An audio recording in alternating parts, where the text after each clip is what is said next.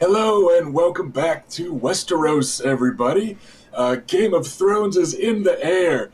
The final season of HBO's smash hit Super Ninja Sex Dragon story kicks off later this evening, and we're glad you're all here for us for a little pre-game tailgate party warm-up in the stadium parking lot as we play A Sea of Spears, our very own Song of Ice and Fire epic, where the dice will flow and blood will spill and lies will be told and secrets will be uncovered and shirts will be lost.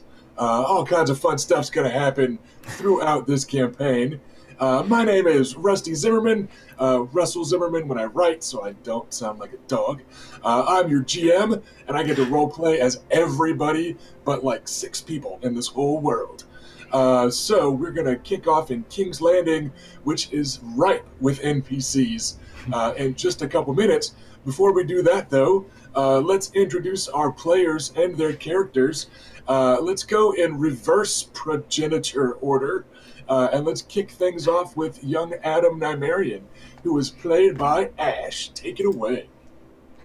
Hi, I'm Ash. I'm playing Adam Nymerian, the youngest of the 4 kids. Recently returned from squiring in the north. All right, then. The next youngest is going to be Sir Lucaris. What do we got, Rob? Hey, I am playing Luke. He has been away in King's Landing for some time, apparently making himself quite comfortable. He has been reunited with his siblings as of last episode, and we'll see how it goes. And then the youngest of the ladies of the proud House Nymerian is going to be the younger twin by, I think it was like 5 minutes or so. What do we got, Lady Bela?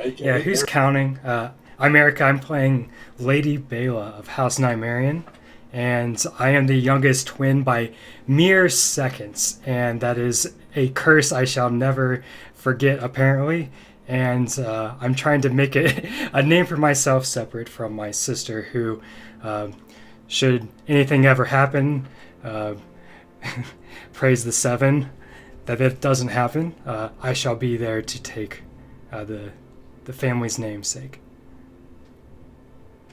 Which brings us to the eldest child of this proud Valyrian Nymerian house, Lady Rhaena. How we doing, Felicia? We're doing great, Rusty. I have Rhaena. I'm the eldest, and I'm the heir to the House Nymerian. I am skilled in different ways than my sister, but together we make a whole person. This is going a different direction than I thought. So the twin daughters are kind of the yin and yang of this house's 2 bloodlines. The eldest and heir, Lady Rhaena, is very Valyrian in her features and downright Targaryen with those purple eyes and the pale hair. Her twin, Bela, is quite a bit more Dornish, with duskier hued skin and darker hair and eyes and fiercer in battle. The other siblings are kind of mixes in their own way, more mingling of the bloodlines and with the strengths of both, instead of being kind of as starkly and symbolically split. They are joined on their journeys here to the capital of King's Landing by a pair of bastards, by birth, if not by character. Sir Vannon Rivers, who is played by our buddy Kevin Zarnicki, is going to be kind of NPC'd and AFK this session. Kevin has a gig in New Orleans. He's a voice actor and like a half dozen other things in real life. And he is out of town in New Orleans this week, so we are getting by without him. Luckily, King's Landing is a big-ass place, and we know that there are members of Sir Vannon's family, so it's easy enough for him to kind of wandered off and go reunite with his Riverlander kin. Sir Vannon is a ward of House Nymerian, with history going back to Robert's Rebellion around the time that he was born and before some of the PCs were born. he has been promised for 10 years of service to House Nymerian, which is getting kind of close. But at present, he is still their ward, even though he was recently knighted. But he's going to be doing his own thing. It's a big city, and you guys got a couple days before this tourney kicks off. So Sir Vannon is going to be doing his own thing this evening. Their current kind of squire of the group is Oris, who is no longer young Oris or little Oris. He's a friendly NPC that has been raised by a hedge knight that has inexplicably always been welcome in Wyvern's Rest, the home of this proud Dornish house. And he's been raised by this low-born hedge knight. He recently found out that he's actually a high-born bastard, and now he's here without that hedge knight that has been the one constant in his life. So instead, he has taken up brooding as his new constant because life got big and scary on him. And so he's been hanging out with the party. Kind of where we left off last episode was getting settled in the capital. We had a minor disagreement with some gold cloaks at the gate, but the street smart Sir Lucaris was able to find you guys rooms at the Green Tree Inn or rooms at the Jade Spring, a house of comfort just across the street and run by the same gentleman. Okay, gentleman is a stretch. He's a low-born Lyle Brewer, not much of a gentleman. But you guys made some new friends with Stormlanders, which is unusual.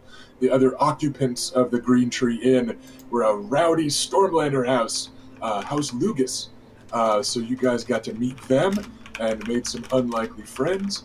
You also ran into your cousin, Lord Tigor Will, the Will of Will, of House Will, who is searching for his ancestral blade. So he's been hanging out in this inn, doing dealings with all manner of hedge knights and stuff. So, you got settled in the city. You know that today you had a couple errands to run and some shopping to do because grandfather, Lord Makar, sent you some money. Before we kick off with the in-character action, though, I want to get all our viewers to go taking a peep up at the top left of the screen, above my head there. You have your very own chance to seize the Iron Throne in this game. With likes and subscriptions and all that cool stuff, you can beat the stream boss. That's an HP meter above my head. When you beat the stream boss, you have seized the Iron Throne for yourself. Every time you seize the Iron Throne, you can give a destiny point to a PC or NPC of your choice. It doesn't have to be the player characters you help out. It can be NPCs, allies, or friends. You get to choose. So we will handle the vagaries of George R.R. Martin-esque fate. You, the viewers, represent the monstrous whims of George R.R. Martin and his murderous ways. And whoever has the Iron Throne at the end of a session gets to grant a royal boon by being the king or queen on the throne, and you get to name a royal house that will get some very tangible in-game benefit. Our first royal boon went to House Nymerian, so we kicked off the next session with everybody getting a handful of gold and a bunch of extra spending money because we appreciate. Yeah. Yes, they very much do. Thank you. It came close to, or did in fact, like double their starting fund. So it was a hefty investment in our PCs. However, it was not the player characters that got chose this time. Dun dun dun. I will clarify what house got the boon later on this very session. With that, however, I believe we are just about ready to start gaming. I'm going to give everyone a quick heads up that Erica just shared with us in Discord, and that Erica is under a tornado watch. And Erica is our very own Shadowrun Decker that is our data streaming hub. So Erica is the one actually managing the stream for us. So if Erica gets punched in the face by a tornado and loses internet connectivity, I apologize in advance, and we will do what we can. But Erica, we hope you ride it out safely. Unfortunately, whoever had the boon at the end of last session did not suggest House Hoffman, so I cannot protect you from the vagaries of storms, and it's no help. It's no help at all. So I apologize in advance if we have tech issues dealing from that. But without further ado, as we wrapped up last session, the night of drinking and singing had come to an end, or a solid middle. And there had been talk of everyone heading off to bed. Oris and young Adam were staying at the pavilion tents out in the tourney grounds themselves. All the different knights and lords from across Westeros have filled the tourney grounds outside King's Landing with these bright silken pavilions with ribbons and banners, and they're all done up in house colors. So they're going to be staying out there, which is also where some of the horses are kind of stabled and the big wagon that you used for the ride up here. Everyone else was either staying in rooms in the Green Tree or perhaps spending the night at the Jade Spring across the street. But we're going to pick up the next morning out in the pavilion grounds with just a little bit of grumbling roleplay because it did rain yesterday, as a great many of these knights and lords were arriving in the city. So this morning, out on the pavilion grounds, a lot of squires are very busy, and that includes Oris, because rain means rust. So they're all working to keep all of their knights and lords' arms and armor clean and in good shape. And most squires load chainmail and sand into a barrel, and the kind of straightaways all through the tourney grounds are filled with young men half pushing and half chasing after runaway barrels that are full of 40 or 50 pounds of chainmail plus a bunch of sand. And that's kind of a low-tech spin cycle that scours off all the rust and that sort of thing. Oris, meanwhile, is doing it his own way, which is basically an oversized kettlebell routine. He does squats and deadlifts with the barrels instead, and just kind of grunts a little with each one. He complains some about his headache. He complains some about the rain, but it's all very much under his breath as he and Adam are sharing the chores. So how's Adam feeling? Yeah, exactly. Yeah, the boys. How's Adam feeling this morning? I don't remember. Did you partake of quite as much wine and ale as your siblings, or was Adam pretty measured in his drinking? Yeah, he was pretty restrained. Someone's got to be relatively compos mentis. And, well, probably best that it's the person in charge of the money. Yeah, so Adam and Luke kind of balance out to an average nobleman's drinking. Then if you average out the pair of them, because I know Luke was hitting it pretty hard, but so Adam's probably feeling pretty okay this morning compared to most everyone else in King's Landing, because a tourney is cause for celebration by the small folk and the businessmen as well. But Adam's restraint and level-headedness, which is why Grandpa Makar put him in charge of the coin purse, it shows through once again. You didn't get drunk and try to buy the Green Tree Inn or anything like that. You were good. Good lad. So you're feeling pretty okay this morning. Well, I mean, I can't guarantee that it won't go completely out of the window once I've won some money or something. But you at least also told your siblings about the money instead of keeping it secret or just throwing it at Lyle Brewer until he said enough. So, you were already a little more level-headed with the coin purse than some of your siblings may have been. Luke Harris. Sir Luke Harris, my Mary. Luke Harris the shirtless. Yeah, so Oris is just over there kind of grumbling under his breath about the weather, and then another little handful of young squires goes by after a barrel, and kind of out of nowhere, he grunts in the middle of this squat and deadlift routine, and he goes, Adam, just so you know, I know how to do it right. What do you mean? I mean, I know that you're supposed to roll it, but it makes Sir Will smile, and it gives him something to laugh at with the other knights. Oh. But I know how to do it right. I'm sure that way's fine as well. I mean, it's all about the agitation, isn't it? I suppose. I wanted you to know I know I'm not as clever as a castle knight, but I'm also not as dumb as castle knights think. I want to tell you a secret, Oris. Some castle knights are idiots. Yeah, some, but since you were nice and you're trusting me with this armor thing, I wanted you to know I know some things. I know. All right. I understand. Thank you for telling me.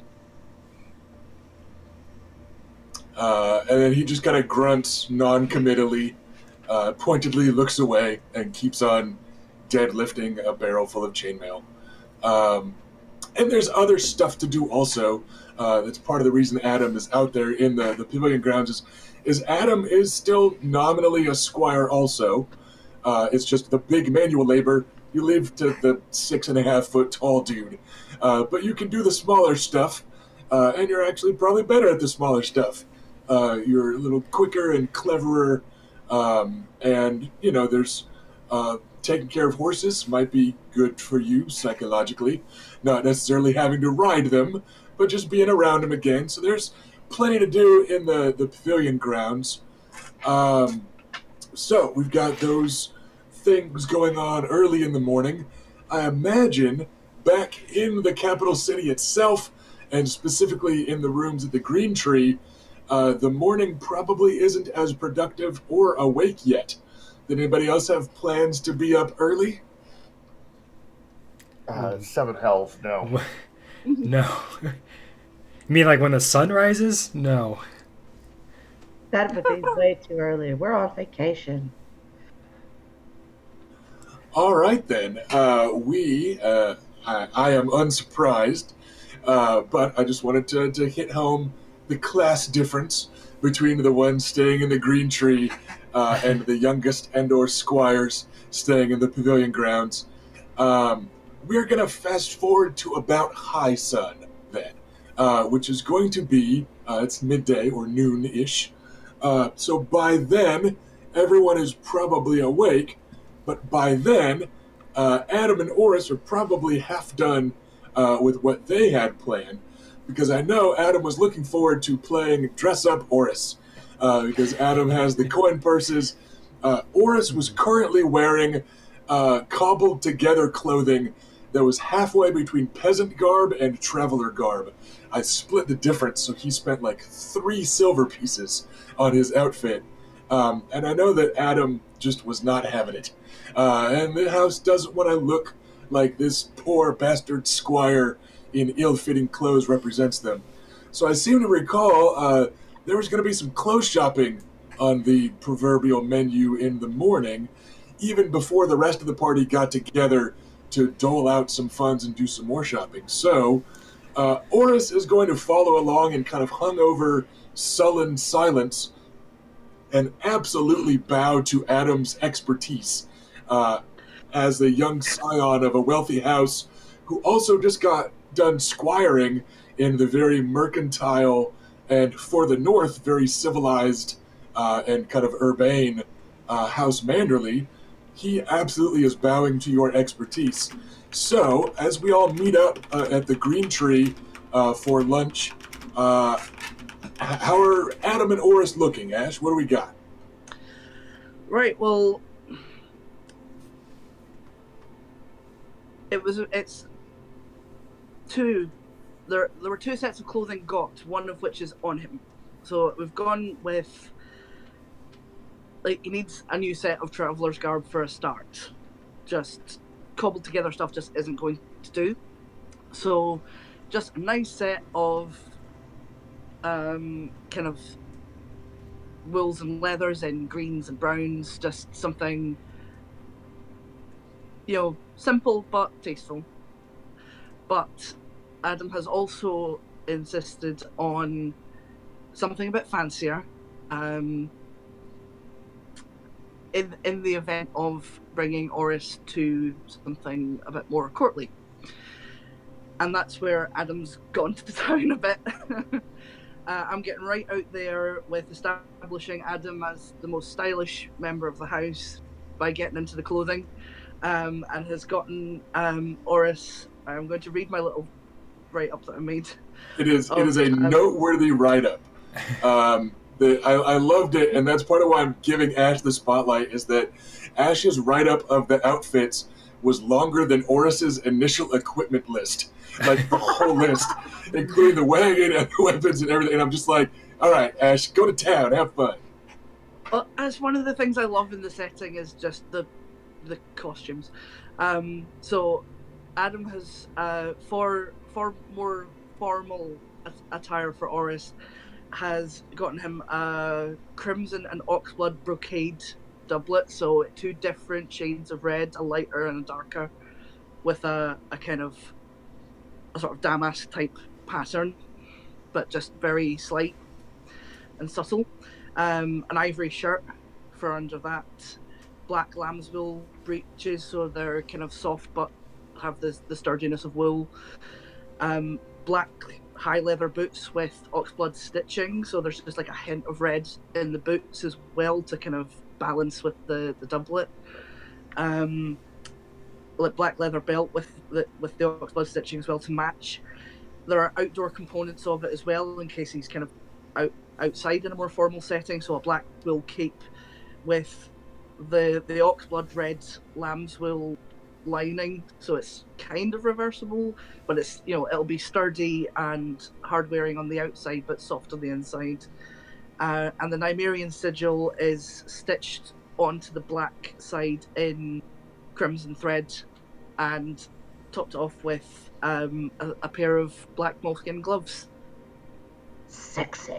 So it's just a little bit cooler than the 3 silver piece traveler/peasant garb that he was rocking before, which I believe I always described as somewhere between brown and gray, but also muddy, right? Just classic Westerosi small folk fashion. So it's just a small step up, just a smidge. Yeah, Adam has honed in specifically, like, what's going to look good with his colouring. He's got dark hair and kind of, like, mostly kind of fair skin, so, like, red and black is going to make him look really striking.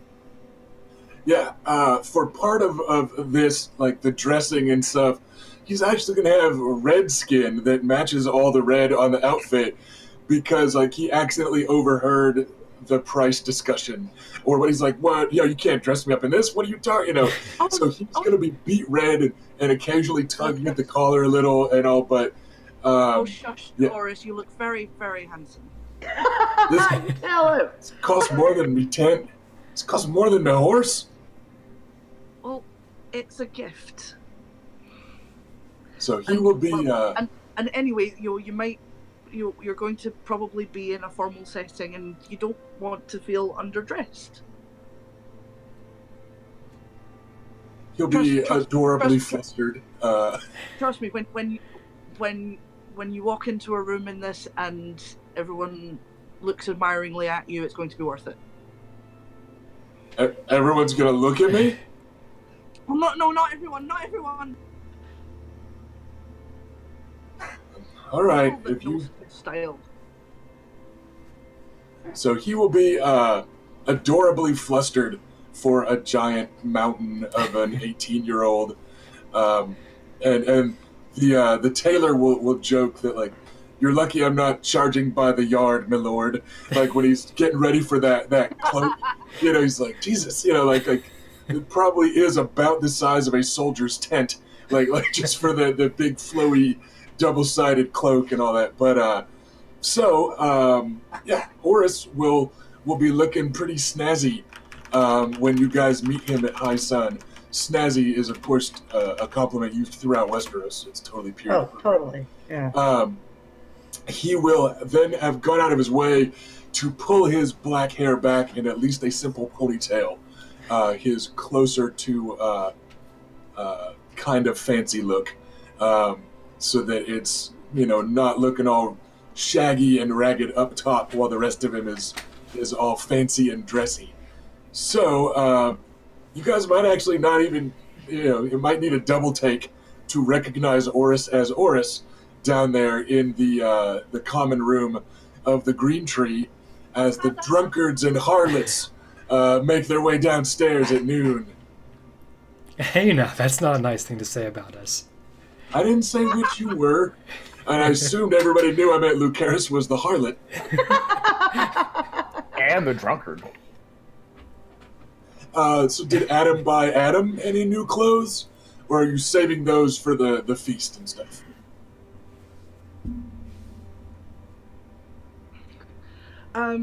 Yeah, I mean, let's splash out.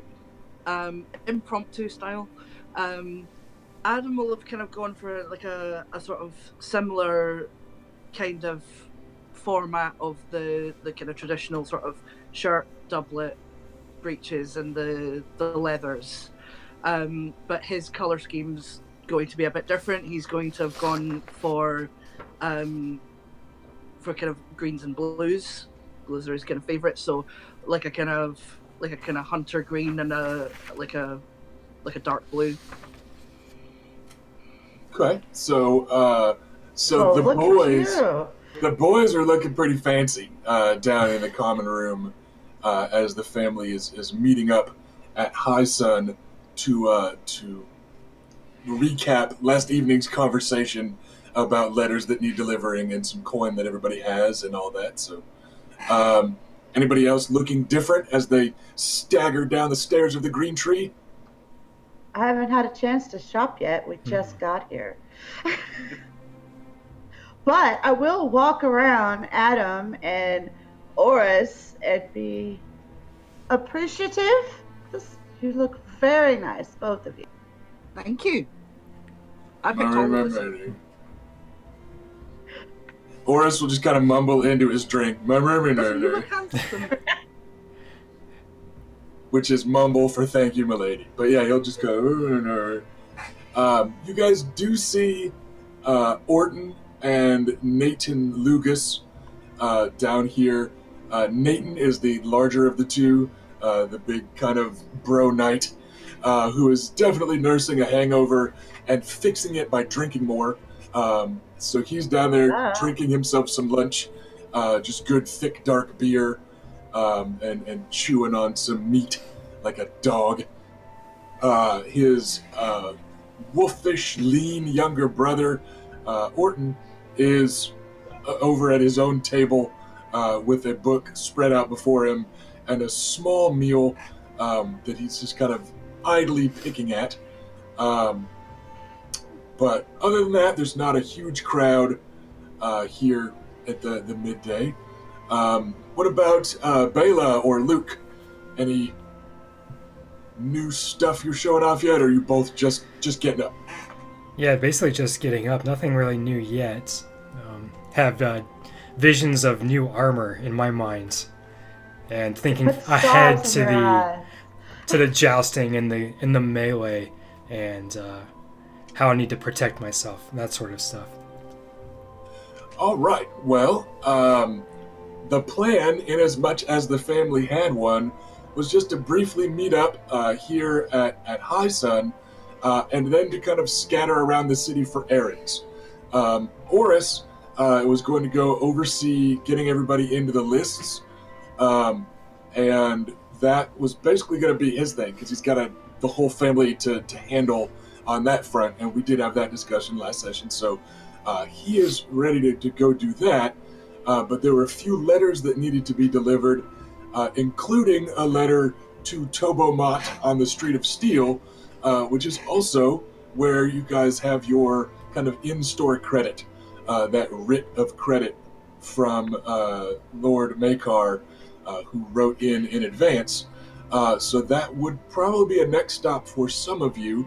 There are also horses that I recall a few people were wanting to buy. Vannon is going to head off to buy a horse. He will politely excuse himself, and that's how his afternoon's adventure we'll get started with Vannon heading off to look into purchasing himself a new steed.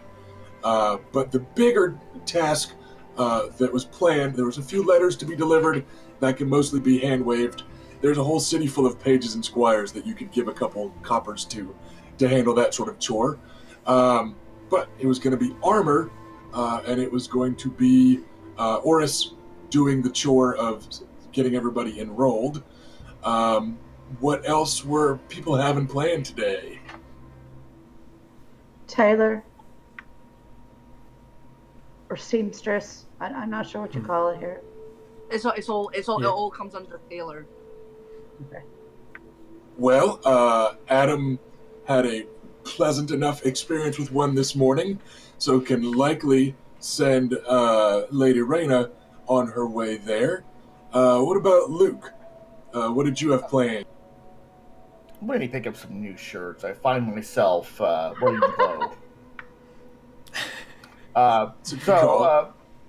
Essentially, he's going to go to wherever he normally buys his clothes and get some fancier shirts that you would normally wear. And then he's going to take a visit to the armorer. Okay. Well, it sounds like most of the family can actually handle some of these chores together because you are getting clothes and or armor in mostly the same places. Did Adam have something else up his proverbial sleeve? Well, yeah, I was just going to take it on, now we're at morning and Luke has sobered up, I will hand over the letters that I was given to pass on to him. But you've already got them there. All right, so yeah, the homework is taken care of, and those can be delivered however Luke wants to. He can deliver them himself. He can pay to have them delivered, whatever. Let's skip ahead. We'll say that you guys planned to meet back at the Green Tree after buying clothing and armor. And by then, Oris should be done back in the pavilion grounds. We're going to skip the buying of clothing, and we're going to cut to the cool slow-motion shot of the four siblings of House Nymerian making their way up the Street of Steel to head towards Tobomont's armor shop. So you've got the clanging of hammers in the background. You've got like a slow fade-away camera shot of other noblemen haggling over armor and smiths and their apprentices wailing away in sparks flying and everything looking cool. And then you've got that like classic cool girls in high school slow motion walking down the hallway, right? Like the slow camera pan over the twin sisters and the two brothers of House Nymerian. We've already got Adam's cool new clothes because Adam got up early and did his chores like a good boy. But the rest of you, again, this isn't necessarily dressed up for the feast or anything yet, but what's everybody wearing? And how cool do you look in your slow motion walk down towards the end of the Street of Steel? Well, I'm in my scale armor, going to take it for one last journey before I try to get some store credit for it and help pay for some really nice brigandine armor. So the scale mail is kind of just, it's not very decorated. It's a little bit plain, but it definitely has some accents and highlights of the burgundies and reds and yellows from the house colors. And it has my personal symbol on it that's kind of a take off of the house sigil. Instead of the one dragon, I have two dragons with two crisscrossing spears on it, kind of like a caduceus and a fleur-de-lis, kind of like, if you can imagine both of those kind of like superimposed on each other.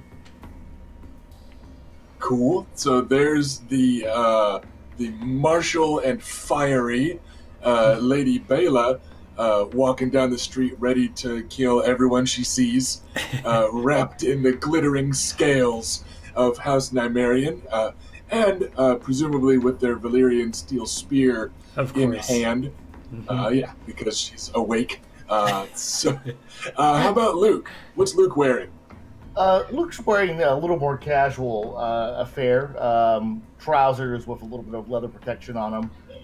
He has a small sword on his side and a silken shirt that kind of billows and blows in the wind. Kind of a wine red. Okay, so some classic Nymerian colors going on. And what about the Lady Reyna? What are you wearing for your trip through the streets of King's Landing? I'm carrying my scale mail in a bag because I know I'm going to be giving it to Maud. And I'm wearing sort of, I'm wearing pants with an overskirt. The overskirts are light and flowy. Ordinarily at home, the top would be comprised of, swaths of fabric in different colors wrapped around her torso. Here it's freaking frigid. So she's wearing a wine-colored over blouse with a casual style corset that looks like a brocade with our symbol with the house symbol with the wyvern with the crown on it in a repeating pattern, and then she also has like a silken wrap that she pulls up over her head to protect her hair and skin from the filth of King's Landing. Which is fair. It's good looking out. And boots. High boots. Yeah, I didn't. Cool. I didn't assume that anybody was going barefoot because they forgot to say shoes. So you're in the clear. I'm not that level of pedantic, sadistic GM, though I think we've all played with one like that at least once. Yeah, you're not heading to Flea Bottom or anything like that, but the Street of Steel is a working neighborhood, and even the area that you guys are staying in, you make your way through like the Fishmonger Square, where they're selling super crazy fresh stuff, but it's still a business area, a mercantile area. So there's a lot more small folk scurrying about than you're accustomed to, because you guys don't even really have a proper like population center back home. You remember, you don't have like a town or a village or whatever. So this is definitely more people than most of you are accustomed to. And they're certainly a lot closer to you than you're used to and that sort of thing. Everyone is appropriately deferential. You're getting a couple of dirty looks from other nobles and knights. You may recall there are some pretty nasty rumors about you swirling around. Nobody confronts you or says anything. Everybody kind of gets out of the way. It could just be because Bela's strutting around with her spear and stuff. It's just a good policy to get out of the way when you see a Dornish folk with their spear out and their armor on. But yeah, it's definitely a different experience than you're used to walking the streets of King's Landing. And the clamor of the Street of Steel is almost unreal because it's just smith on smith on smith on smith, and they're all frantically working because dozens of knights have swarmed into the city in preparation for this tournament, to say nothing of the gold cloaks themselves, having stuff repaired, to say nothing of all these knights with their men-at-arms and retinues and stuff. The armorers in King's Landing are better than most of the armorers at someone's keep. You guys, of course, have a master weaponsmith back home, but for some of these lesser lords, a trip to King's Landing is a real opportunity to upgrade even the gear that your armies fight with. To buy a couple dozen swords or axes at once, or hundreds of arrows, and things that you just kind of can't necessarily get as easily back home. So it is a wall of sound that is accosting you on the Street of Steel, because just hammers on anvils everywhere, literally on both sides of you. But that racket is overtaken at the princely shop at the end of the Street of Steel. run by the quarryman Tobo Mott. He is renowned as being perhaps the finest smith in King's Landing, which puts him in the running for the finest smith in Westeros. He has been offered positions of house armorer and has turned them down, perhaps because he's just content where he is. Perhaps he just likes the independence. Perhaps he just likes being surrounded by other smiths. But what he probably doesn't like, judging from the way he's red-faced and yelling at the top of his lungs right here in his own shop, is his current guest at his shop.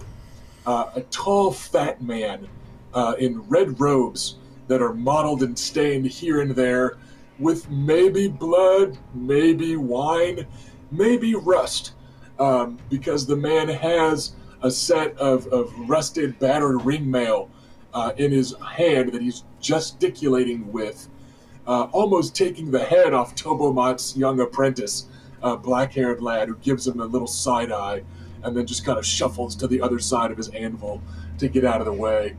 And the guy's got balding hair on top, but long hair tied in a top knot, and those red robes and the battlefield roar of his voice as he haggles with Tobo Mott. You think you've come across the Red Priest, Thoros of Myr, a follower of Relor, and a noted combatant. And you come up on the two of them just bellowing at one another. Like, if they were shouting back and forth over the coal forge, it would be so hot right now. Just so much air going back and forth. Tobo Mott is like, I refuse. I'll not sell you good steel to ruin. And he goes, oh, and Thoros is brandishing a letter in his free hand when he's not waving around a suit of ring mail in his good hand. He goes, it's a writ. It's a writ from the king. The king sits in the Red Keep over your very heads and demands that you forge me your finest sword. Tobo says, you didn't even read it, you drunkard. It's just a charter saying that the Red Keep will pay for one sword for the bearer of this writ. It doesn't call me out by name, and it certainly doesn't demand that you get my best work, which is the best work in the city. And you'll just foul it with your wildfire. Charlatan!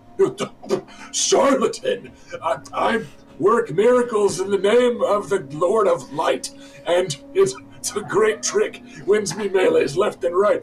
But listen, you sell me the damn sword and have your boy here scour my mail too. I'm practically riding into battle with the king's favor. You can't have me going to war with rust on my mail. And just back and forth.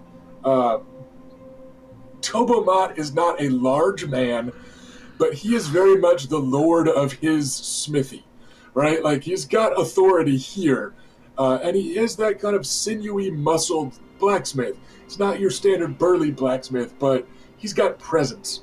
The Red Priest, Thoros of Myr, is a big dude, and is clearly used to using it, and when that's not working for him, he's a little flustered, like, I can't fucking throw my weight around. This guy isn't scared of me. I'll just yell more. So you are treated to that for a bit. Eventually, Tobo Mott's apprentice lad just has to stop his working because Thoros of Myr kept kind of leading with his gut. Remember, like, animated Friar Tuck in the super awesome Disney Robin Hood, where he just kind of and kind of bounces his belly at somebody to make space? Thoros of Myr does that a few times, and now the apprentice lad just can't, like, reach to the rack that's got some tongs on it, so he just kind of sighs and broods, and crosses his thick muscular arms and waits, leaning against an anvil, and eventually Tobo Mott lifts a blacksmith's hammer and waves it in Thoros of Myr's direction. Just says, fine, I'll sell you a sword, but the worst one I've got. One of the other apprentices fouled the hilt And since you're just going to foul the blade, you can have it out of my shop. Leave your mail and go. I'll see you this evening, you drunken wretch. Bring me a wineskin. And Thoros lets out a great big belly laugh that threatens to knock over the nearby anvils. Just this triumphant roar of good cheer. And then turns and makes his way towards you. We're waiting, I don't want to say a polite distance away, but a safe distance away. Because they were loud and there's fire and he was swinging around ring mails, so there was no shame in staying a little bit back. So, great big burly chubby war priest is barreling towards you, looking triumphant and feeling invincible. Does he look like we're expecting him to play? I mean, you are kind of in the way. It's like the last little bit towards Tobo Mot's shop. So you can give ground, introduce yourself, not give ground, whatever you want to do. He doesn't have his armor right now. Make eye contact with him. I'm scowling at him. And smile. I give him a polite nod and step out of the way. Let him go by. Yeah, I think I'm kind of doing the same. I don't want to get run over. So the young women of House Nymerian make firm eye contact, and one of them smiles, which is pretty dangerous. The men go scaring out of the way because they are more sensible. This rolling avalanche of red robes and a battered sword belt and this big beard and flowing hair. He laughs triumphantly at you. Goes, oh, got him! the mutt's all yours.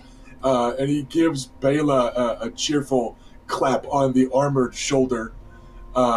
Big hand, scarred knuckles. He probably slapped the one in armor because he knew he had the least chance of just bowling you over. Because he's got, lots of weight behind that cheerful, hearty slap on the arm. But seems to be just in a fine mood now. Like, as quickly as that raging ended, now he's just good to go. So he just cheerfully makes his way past you, tugging up his sword belt over his prominent belly a bit, and trundling off down the street. He makes me happy. As he is heading off into the distance, you hear him go, "Aha! Now to find a team. To the wine sink!" And he just takes off to go find himself a team of people day drinking. So, Like him. Yeah. He needs a All right then. He needs a new squire. His armor's a disgrace. Right? He does. He really does. Tobo Mott, who magically hears everything said near his shop, and who's actually using a set of tongs to move the armor. Like, he just doesn't even want to touch it. He plucks it up with his tongs and lays it over on the anvil next to his apprentice. And he goes, Thoros hasn't got a squire. He's not exactly a knight. He is, however, and he neatly folds up this letter that got left behind. Friends with his grace, King Robert. And so his debts get paid. Tobo Mott, welcome to my shop. House Nymerian, yes? Indeed. He turns and heads over to a little side. You suspect he calls this his solar. There's a table that's not covered in tools, and it's got a small box on it. And he opens this small box, tucks that letter in there, and you see him kind of flip through, and then he pulls one out, and you recognize the shade of the wax of like the signet ring and all that. And it matches that of the letter that you guys are currently carrying for Tobo Mott. He says, Lord Makar told me to expect you and gave me your rough measurements. He looks the four of you over very quickly and hands the letter to Adam, He says, "Look for yours on there, lad. You are the one he was the least sure of. He said I should expect something from you." Yes. The letter. Adam, Yeah. the letter. Yeah. Yes. Yeah, I'll take that out and give that to him. All right, you guys trade letters. He nods throughout reading his. Adam, your measurements are pretty close. Grandfather hadn't seen you in a while, but it's got, it says that it's a note from your armorer back home, who worked on the armor for everybody else. And Lucaris's measurements were on file already, because Tobomat is who House Nymerian used to outfit him. But yours are a little out of date, and he had to try to guess how much or little the 14-year-old had grown in the last few years. So that's always a bit of a luck of the draw 15. thing, or 15. Sorry. So yeah, you're able to, at a glance, you're like, oh yeah, he was just trying to send word ahead, so that they could have some armor ready to go and be ready. And Tobomat nods as he reads yours. He goes, well then, 1,000 apiece. And he kind of gestures towards a side wall where there's, I don't want to say crosses, because that carries some real-life European/Christian connotation, but almost like capital T, just little stands with armor on them. And there's an assortment. Most of y'all are fairly average sized. None of you are huge or tiny. So there's an assortment of armor available, or of course you've got some time before the tourney and certainly before the melee, so you are able to place what orders you wish to. And let's start with the heir. So Lady Reyna, what are you asking Master Mott for here at his shop at the end of the Street of Steel? I'm going to ask him to work with my current set of mastercrafted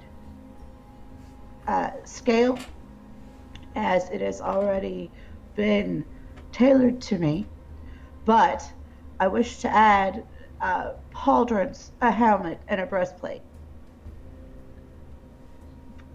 He looks you over, and he looks over the armor, and he gets kind of a looking into the middle distance squint for just a second, not turning and looking at what he has available, but doing some math and recalling some stuff, and he goes, I can manage that by this time tomorrow. Understood. I am not participating. I'm not tilting. I am participating in the melee. My siblings are both tilting, which begins earlier. So if you wish to complete theirs first to ensure that they have proper protection before they take to the tilt, I would appreciate it. If any Nymerians die in the joust, it'll not be the fault of Tobomat. And he glances to your twin next. Hey, so I would like to get a brigantine set of armor. And what I have currently on, I would like to make a contribution as part of the payment towards that set of armor as well. He narrows his eyes, again, not like in an evil, I'm going to stab you, narrow his eyes way, but just thinking, and he goes, I only sell steel that I forged myself, but if you'd like, I can break your mail down and continue to use elements of that chain in the armor that I make for you and your siblings. It'll be reinforced with my own work, but I can see to it that no one mistakes the Nymerians for anyone else. Agreeable? Indeed, yes. Gendry, help her out of it. Watch your hands, lad. Gendry rolls his eyes at that. His apprentice comes kind of sullenly coming over, because he was in the middle of shit, but you're the apprentice, you've got to do it. He goes, hey, milady, and just starts to reach for buckles and all that, and help you out of your armor with a practiced set of hands. And so Tobamat turns to Lucaris. And you? Tobamat. Pleasure to meet you again.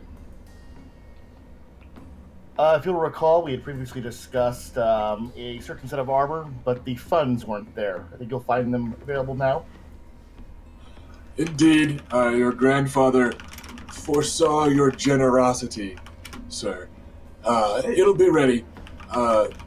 It's almost ready now, but if I'm to integrate some of your sister's scale, you can also pick it up tomorrow. Agreeable, sir? Agreeable. And then his eye turns back to Adam, who has now had a chance to read the stuff and all that. And you, little lord, I suspect you're not in the tilt. No. I'll be participating in the archery, but no, I'm not a high priority as my siblings. Your Lord I'd hoped that you would. So that your Lord Grandfather disagrees. Oh. He says, kind of gently, but continue.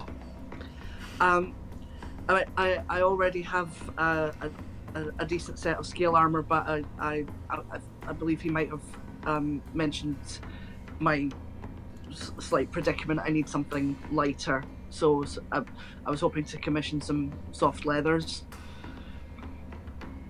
that perhaps better represent House Nymerian. And I also wanted to obtain some armor for our squire, Oris. He's big. He's it's probably going to need. I mean, it doesn't need to be very fancy, but it is going to need to be fitted to him. This is I've got a leather worker that's journeyman already, but that stayed on here at the shop. We can work on a good leather reinforced doublet for you, lad, and we'll make sure that some designs match what's on your other armor. You'll need to send your squire up here for a fitting. We've got some armor ready to go, but he'll need to come into the shop himself.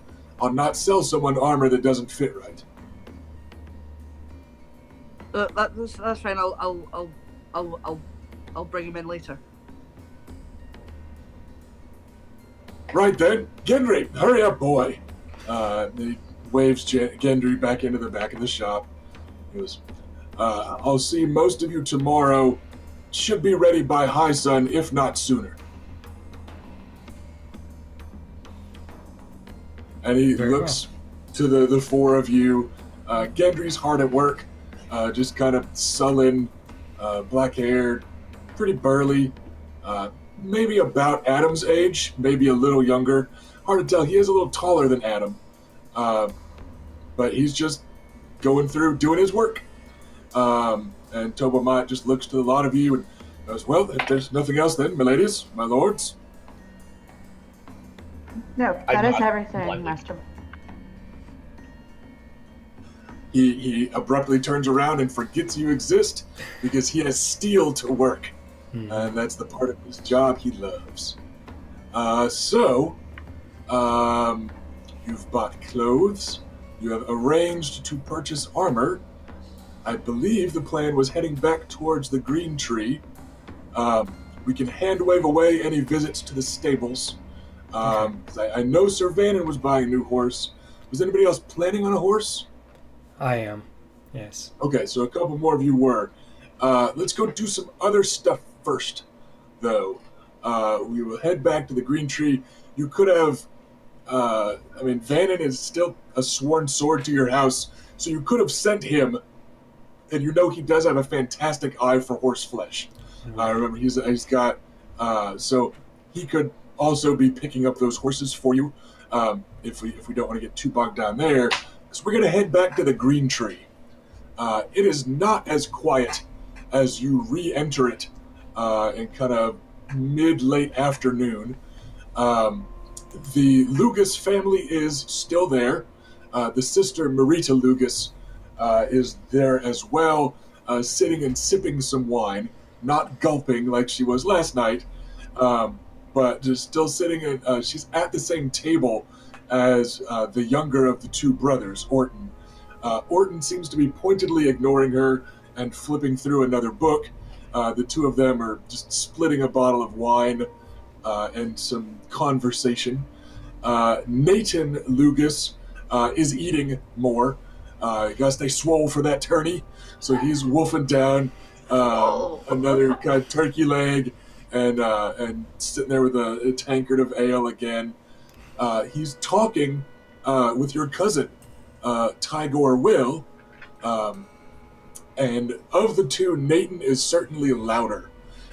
He's bragging about a counter riposte he used in a melee down at Storm's End, and just that sort of jock talk, warrior braggadocio type of conversation, where the Will seems to be doing quite a bit more listening than bragging, which makes sense. If Stormlanders are going to tell you how they fight, Dornishmen can pay attention. But you also see the old hedge knight that had spoken with your cousin Tigor. You may recall he was kind of holding court in a back corner with all manner of sellswords and the like, apparently offering him information. Well, the last of them to visit him last night is a thinning, gray-haired old hedge knight who is currently trying to clamber on top of a chair in order to be heard. He goes, "Just please, who will come with me to rid the Kingswood of this scurrilous wretch? Who will accompany me to end the reign of terror of this brigand prince, the Fox Knight? With King's Landing overflows with knights here seeking glory on a grassy field. Who will accompany me into the woods for true glory and honor? And just somebody give me a hand up. Never mind, fucking chair. Just who will hear me call and bring about an end to this brigandry.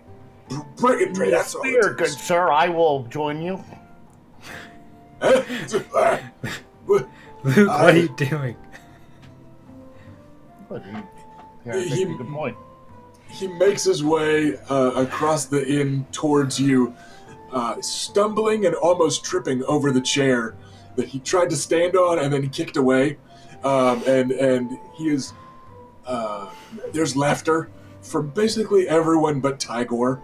The Lyle Brewer behind the counter just shakes his head like this happens all the time. The Lugases, Nathan in particular, is very loud with everything he does, so he almost falls out of his chair laughing. He laughs at everything. Yeah, I mean, he's either laughing or stabbing. Seems to be the two settings on a Lugas. But yeah, everyone kind of laughs at him, but he makes his way over towards you, and he's got big hands, strong, swordsman's hands, but they are very wrinkled, and they're shaking a bit, either from age or drinking. He goes, "I am Sir Joris Landseer, and I am at your service, young sir. Sir," and he looks to all four of you, squinting in the darkness of the inn. You are speaking to House Nymerian, and that is Sir Lucaris. I am Lady Rayna, Lady Bela, and Sir Adam, Lord Adam. Please have a seat. And some wine. Yes, at the moment you look more in the need of drink than sword. I'm done with fucking chairs for the nonce, my lady, but I'll thank you for a sip of good cheer. Thank you, House Nymerian, and it's good to see two of you might accompany, strapping young lads. I hope that there's glory enough for just the three of us. If none others dare join us, and he sends like a challenging look towards the other knights in the inn. I'm staring daggers. As I have my spear, I kind of like hit against the ground once. There you go. Sir Lucaris, a spear for you. Oh, don't mind if I do. Luke grins and then sits down. I'm now staring daggers at Luke. What is this all about, good sir? There's always trouble in Kingswood. What has you so riled up? Tales from visitors on the road. That Fox Knight is at it again. Damn that Clayton Arche. A scoundrel. A rogue. That's all he is. A bandit.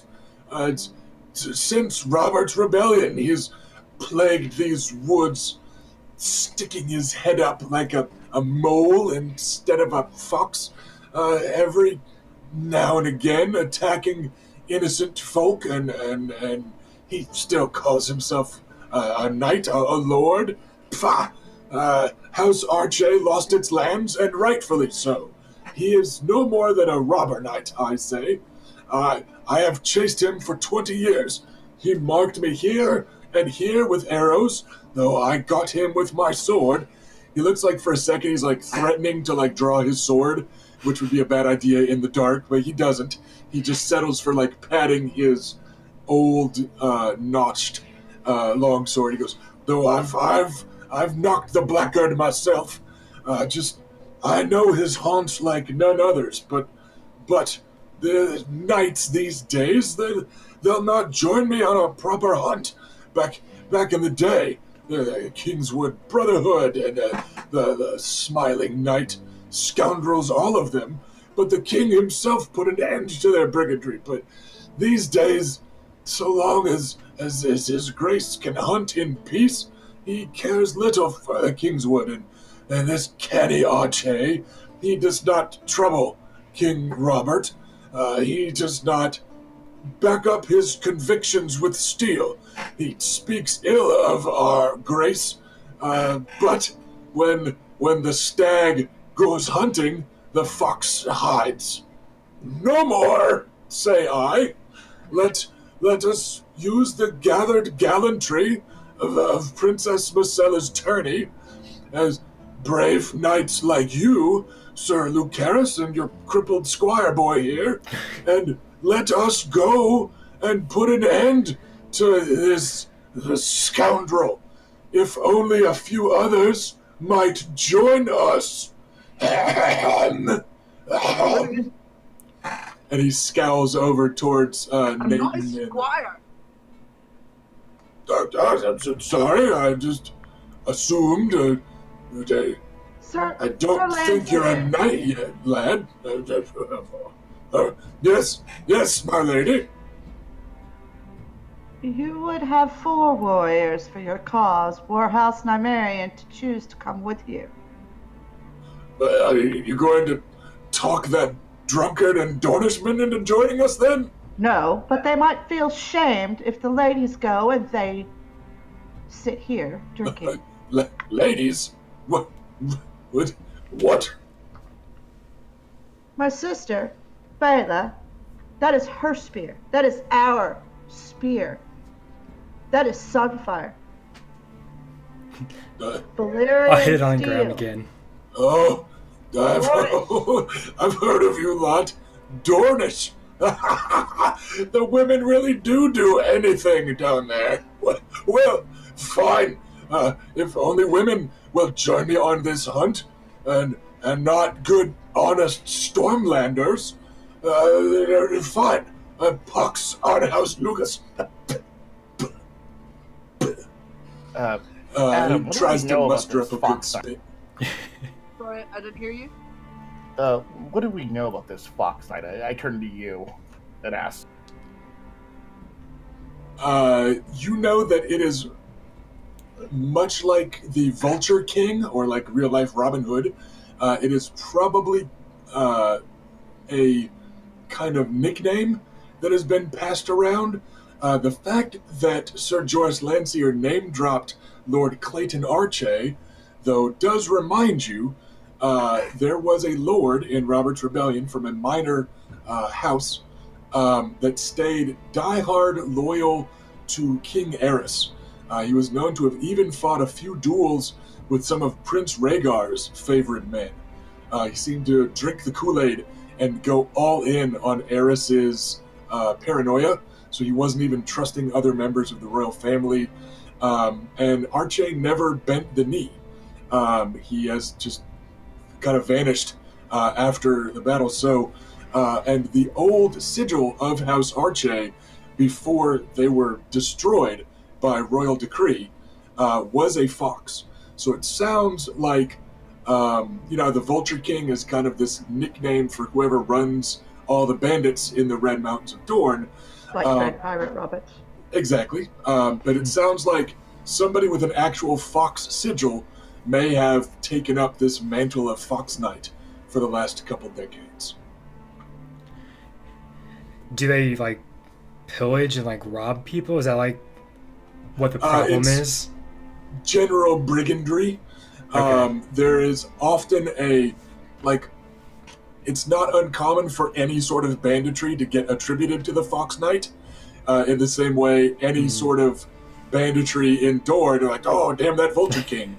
The Vulture King does actually run, an organization, kind of a, not all street crime is the mob type of thing. So it's hard to say how much of what the Fox Knight takes the blame for is actually the Fox Knight.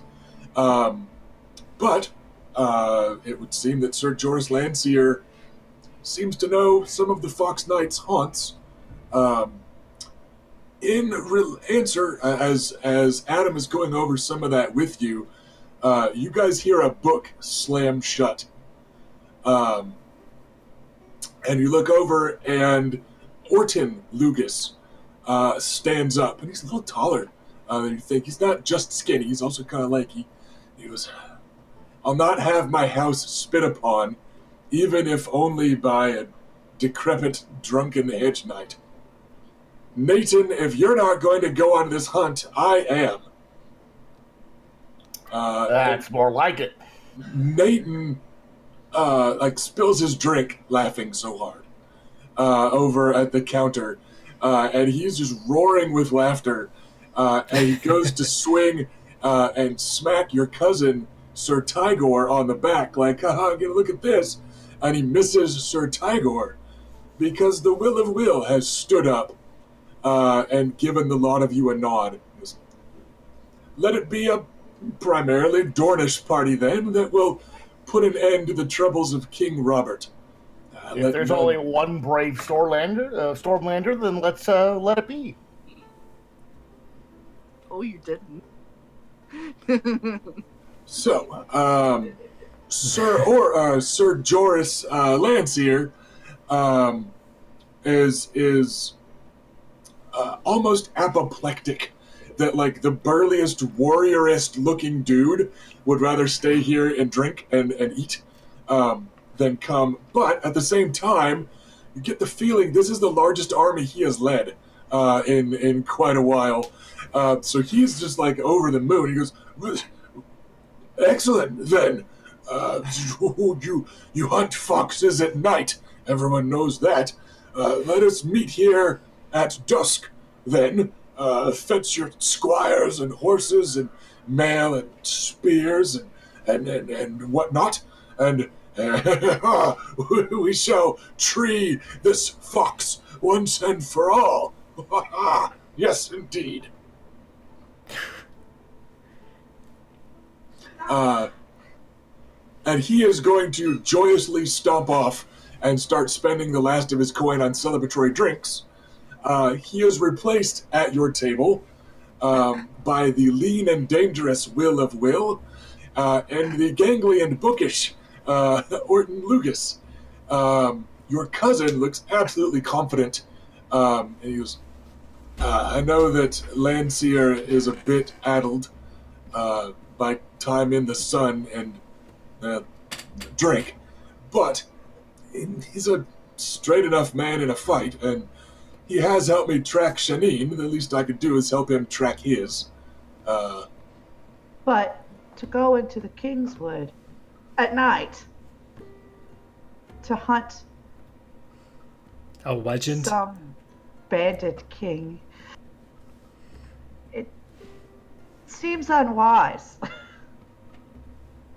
That gets a daring smile from the Will of Will, who seems to thrive on unwise. He's the Will of Unwise Will. It's his middle name now. Fine. Bookish Orton Lucas says, well, this whole affair seems unwise, but at least if we leave at dusk, we'll have some time to fetch provisions and armor and go get a squire or two, at least. Oof. Very well. A more practical concern, our armor is currently being worked on. Yes. Oh, right. It is all in the shop of Tobomont, being altered and upgraded. Mm-hmm. Shouldn't be a problem to recover it. We're not to roleplay all that out. He wasn't planning to start really working on most of it until tomorrow. So you could just go with your existing armor for tonight's purposes. Okay.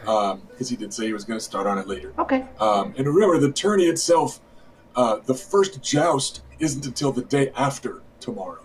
So even tomorrow, while the tourney nominally starts, that's the opening feast and that sort of thing, so you don't need armor for that. So there's time. We won't worry about that. Okay. However, speaking of squires, Oris has not made it back to the Green Tree. He should have been here by now from the pavilion area. We're looking at what, about mid-afternoon? Yeah, it's going towards kind of late afternoon by this point. Right, that's a bit strange. Yeah. I'm gonna go look for him. Luke? Could you accompany Adam? I will, although I should say, perhaps, or Like you don't have to. I can make it on my own. I mean, you can come with me if you want. It's fine. I don't. No, go ahead. Fetch us our Oris. Where do you think he might be? It's but largely just. I mean, there's also an element of deflection that Adam doesn't have a horse and doesn't want to admit that he's afraid to go on a horse. So, it's kind of, I'm going to not talk about getting involved in this hunt. But yeah. Out of character reminder, he was supposed to be at the lists, Yeah. getting you guys signed up, which is over towards the pavilion tent area, which is also where most of your horses and stuff are. So if you want, that could also become a staging area if everybody wants to go. If only Adam wants to go, or whatever, that's fine also. But again, I'm not too worried about micromanaging, like, oh, well, it took you 10 minutes to walk from here over to the pavilion, so now you guys missed out on this plot, or whatever. Like, you could go wherever you want to in the locations we have mapped out, and timelines will fit. Okay. I mean, I'm totally fine with anyone coming along. I mean, since it certainly seems that it's all on the same way anyway. Okay, then. We are going to cut a scene here, and we're going to do a cinematic jump cut to the next scene after we take a short potty break. And also, the PCs will figure out just who exactly is going to be there and stuff like that. So, viewers, thank you for watching. It looks to me like the stream boss's hit points are getting pretty low, which is good because we're about to get into our very first actual intrigue of the campaign, where we bust out some social combat rules, so destiny points might come in handy there. So Erica, hit us with that fat beat of our break music, and we will see you guys after a bio break.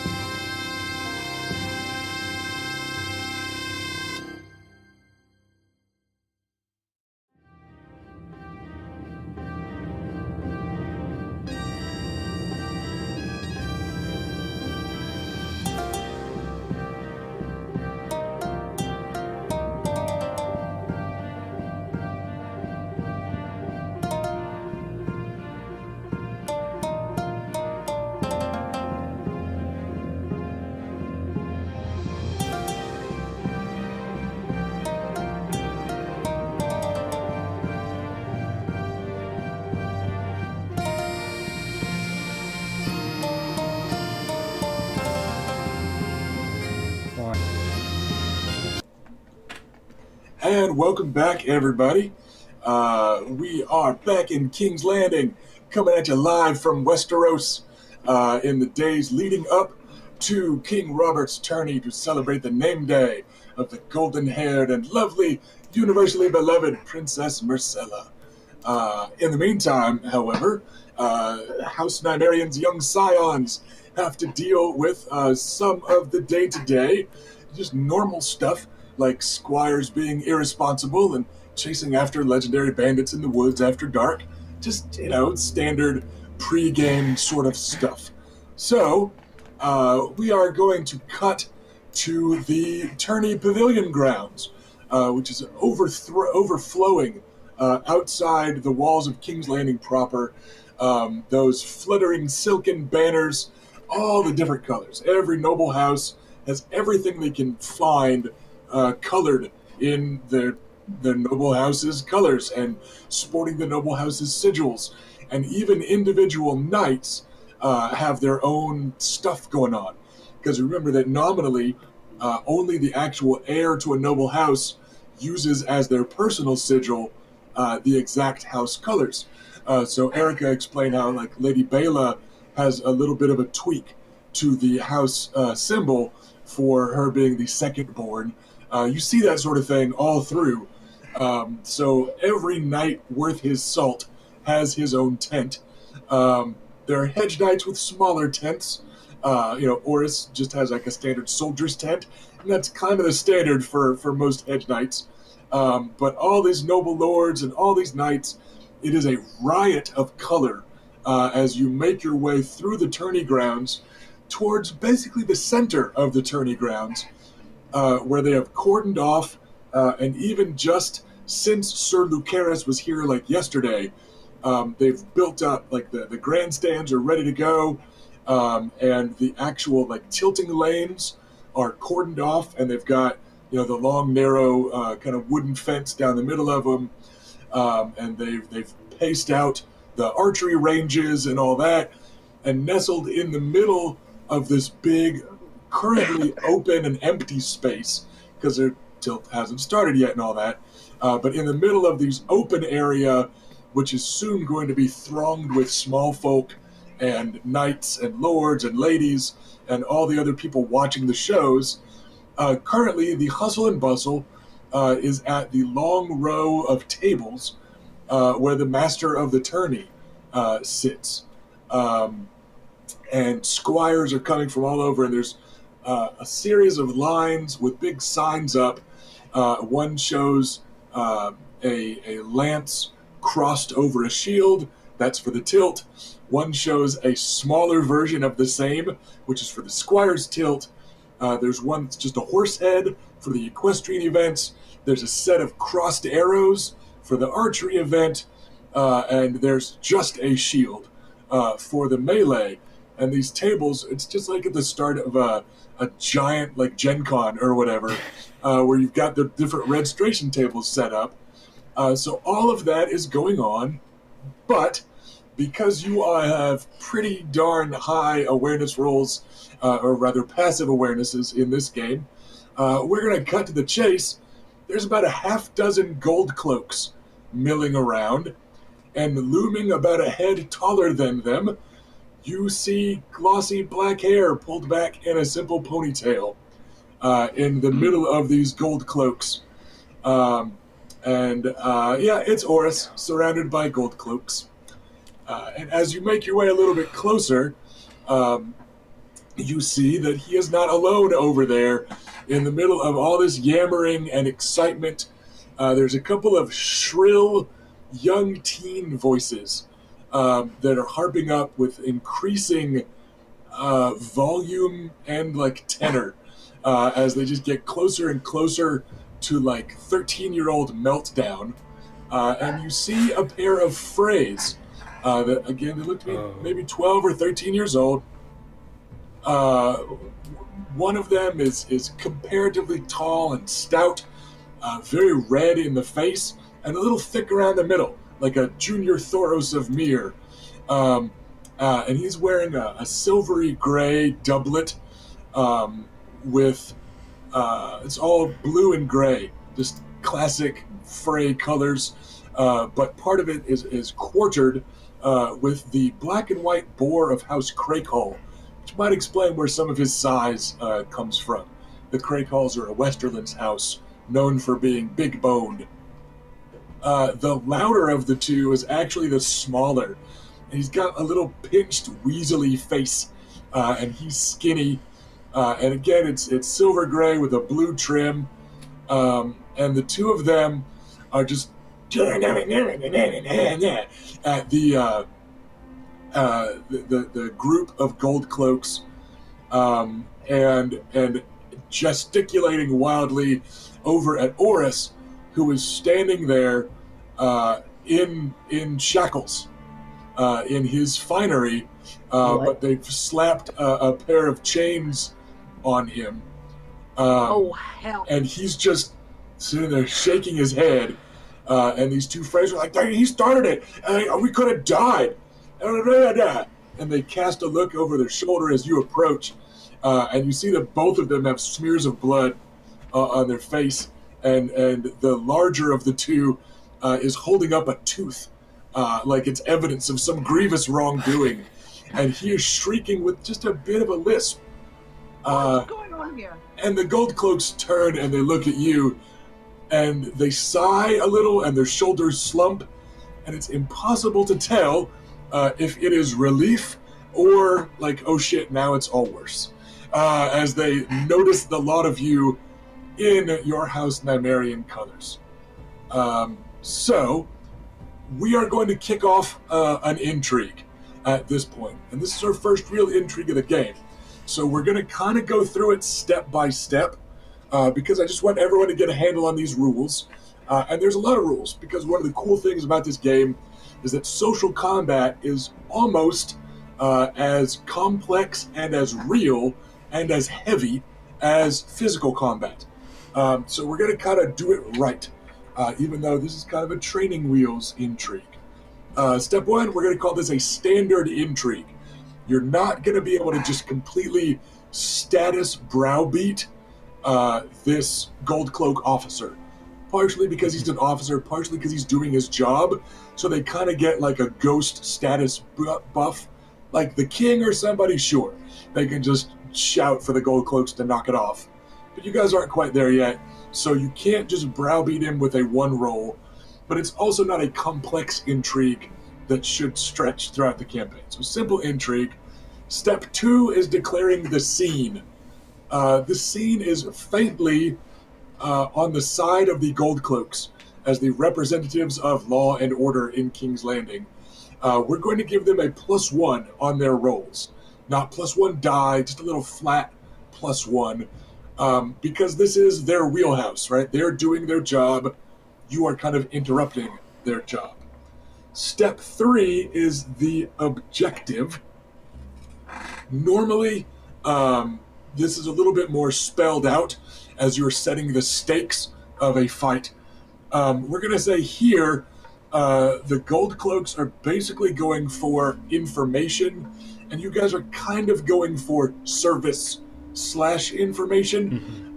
Setting the objective is probably my least favorite part of the intrigue rules, because it can kind of change as you learn stuff. But we are going to go to step 4, and this is important, disposition, which is kind of setting your stance for this social combat. When you set your disposition, you can give yourself bonuses or penalties on rolls to kind of schmooze versus bully someone, and you also set your social armor, your intrigue DR, or damage resistance. I know what disposition the gold cloaks are going to be towards you guys. Because this is a very status-heavy thing, I'm going to have the heir kind of take point unless she wants to pass this off to someone else. So I'm going to, we'll start with say, it's up to the heir nominally. What is your disposition towards the gold cloaks? Between affectionate, friendly, amiable, indifferent, dislike, unfriendly, or malicious. I don't think people are going to quite be able to read that, baby. I know. I was just showing them because it's a cool little thing that they have in the books. It is. For the record, these reference sheets come from the GM kit. If anybody is getting interested in the game from our play, you should be. They're neat. Yeah, I was going to say because it's not in my book. Yeah, they come in the GM screen or GM kit, GM bundle of whatever it is called. It's got some cool reference sheets in it. All right, so my disposition towards these gold cloaks in specific. Yes. What is your starting disposition against the opposing side of the gold cloaks, and towards the opposing side of these young Freys? Dislike. I approve. Okay then. That's fair. So that's a starting faintly negative disposition. That's going to give them give you, the house, 5 points of damage resistance against their arguments. But it does nominally give you a -2 on persuasion rolls because your dislike tends to shine through. But I seem to remember the Lady Air having something that tempers that because she's good at disliking people. She has an advantage that's going to help with that a little bit. But I really like that step. It's kind of a combat stance. So the next step is kicking off with our initiative roll. Here, we're actually going to skip it because initiative in this is status-based, and they are just gold cloaks.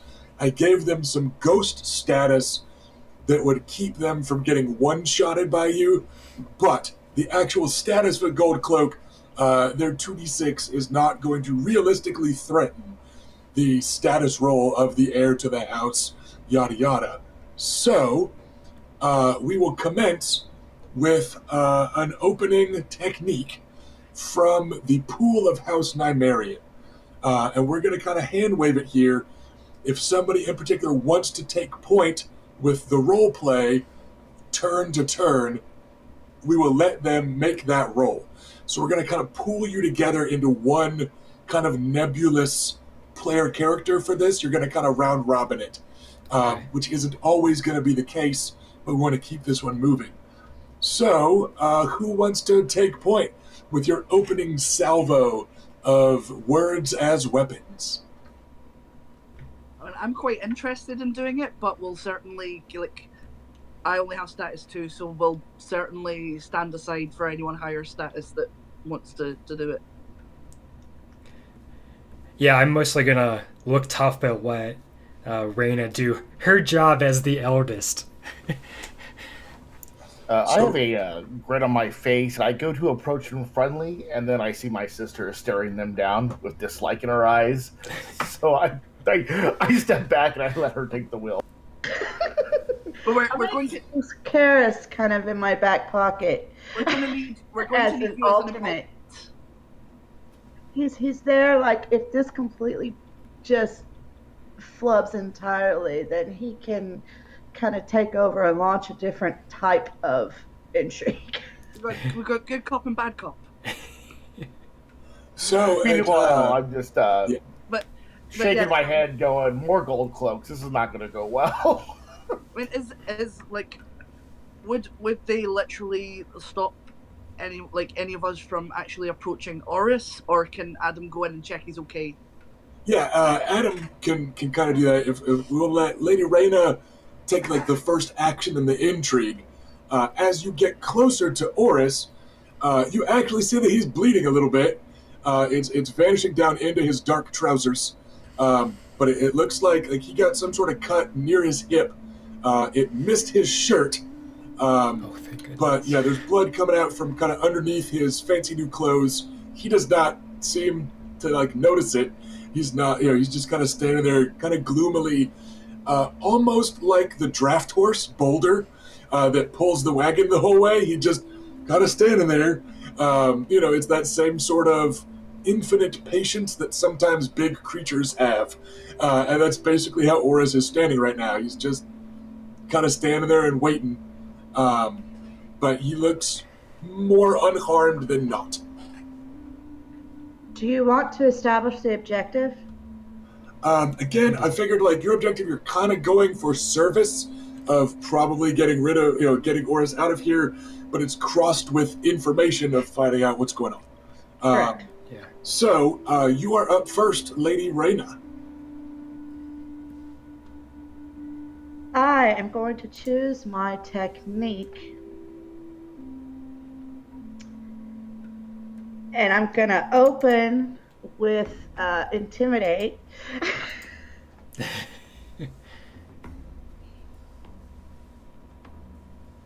The special options here are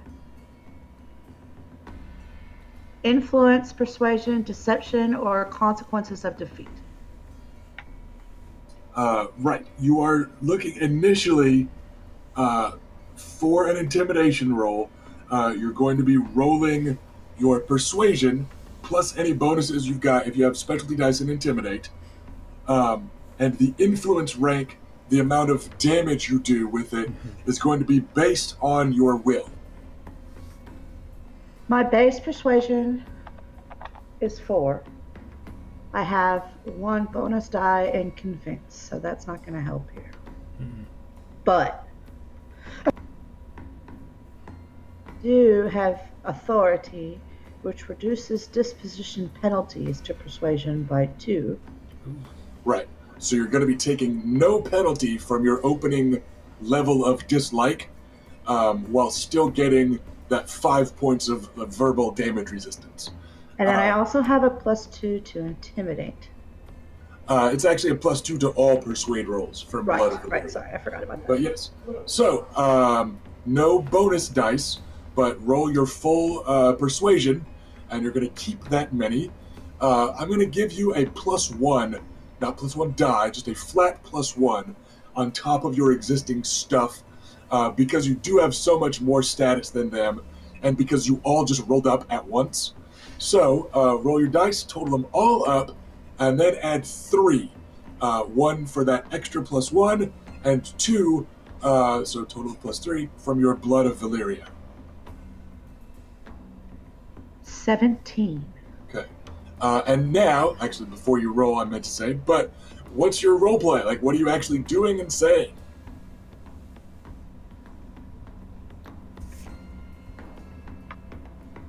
We're rolling up, and I will take point, hopefully with Bela behind my right shoulder and Lucaris behind my left, as Adam goes to check on Oris. And I'm going to make direct eye contact with the gold cloak who appears the most in charge. And I'm just going to open with, "What are you doing with our squire?" Yeah, one of them is actually wearing a cloth of gold trim on his cloak. Most of them just kind of have yellow cloaks. But yeah, there are several different markings that designate kind of officers or watch commanders and that type of thing. And this guy is a rank above the others. So you're 17. They have an intrigue defense of this. So that is that many degrees of success. Just like in an actual fight, every 5 points that you hit by is a composure modifier. Composure is their kind of hit points for social rolls. What is your base will?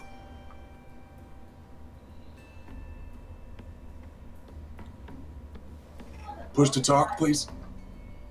I have my base in will is a 4. I have a bonus die in dedication, which I can't remember if that helps in this or not. No, not for this. In this instance, your will is kind of working like your athletic score with melee damage. With this technique, you can do 4 points of damage per degree of success. So he actually takes kind of a half step back as you take an extra half step forward, and you and your authority get in his face. It looks like you've rattled him a little bit, by which I mean you almost one-shot him. So, because that was a pretty solid roll. So he actually takes a bit of a half step back. He goes, "Well, 7 hells, I'm glad one of you got here. We couldn't find any other pages or squires or the like to go fetch you. He started a fight. clapped him in irons as he almost took these two's head off. And you see the two Freys are still yammering at like the other gold cloaks. One of them holding, brandishing his bloody tooth, and just shrill to the point you almost can't make out what they're saying. So that's that. And his action in the first pass is going to be purely defensive. So 1 second as he attempts a maneuver that will replace his intrigue defense next round. One of the maneuvers you can opt for, you can make a will roll, and that changes your intrigue defense. So it's pretty handy for lower born people. And you see him kind of try to straighten up a little and recover his dignity as he answers with like, you almost took their head off. We're doing our job, my lady. And that's going to be our first pass. Pretty quick and pretty one-sided. So you are up again for the second pass. You got some information from him, but you were probably able to put most of that together without his help. That's true. Okay then. Next round. Convince. Okay. Give me a role play before your roll this time, because you might get a bonus. Don't I remember there being an option? Oh, it's consider. There it is. I see it now. Yeah, I don't think you're going to want to take an action on consider. You're able to kind of bully this guy so far pretty well. Well, you said he had something that indicated he was of higher rank than the other gold cloaks? Yeah, just a different trim on his cloak and a little bit fancier helmet, that sort of thing. Looks like a sergeant. Well, Sergeant, I appreciate the fact that you have chosen to enforce His Majesty's justice here in the line for the lists. And I appreciate your restraint. I'm trying to convince him. I'm not sure how I want to play that, but I just want him to listen. Okay, that's a little bit more of a charm. Convince would be, you need to do the thing I'm telling you to do, and this is why. Like, convince is a very clear demand for something. How about this? I appreciate that you are doing your job enforcing the King's justice here in King's Landing. I would appreciate it if you would remove those shackles from our squire's arms. All right, give me a roll. It should be just about what you rolled last time, only you've got one extra die, so you can kind of drop the lowest, because you've got a bonus die in Convince. That was thoroughly mediocre.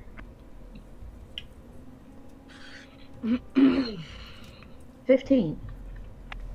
What was your bonus die? A 1. Okay. If you want to spend a destiny point to keep that extra die, that will actually be enough to take this guy out. So just put it out there. I do it. You are that close. That gets you the extra degree of success. So you are able to just shut him down. There are additional steps that can happen when you are taken out, but his action is going to be the yield action because he actually had to take the equivalent of a wound in order to not get taken down by you. So his action is going to be yield, and we'll go, fine, you highborn work it out. We'll hand him over to you.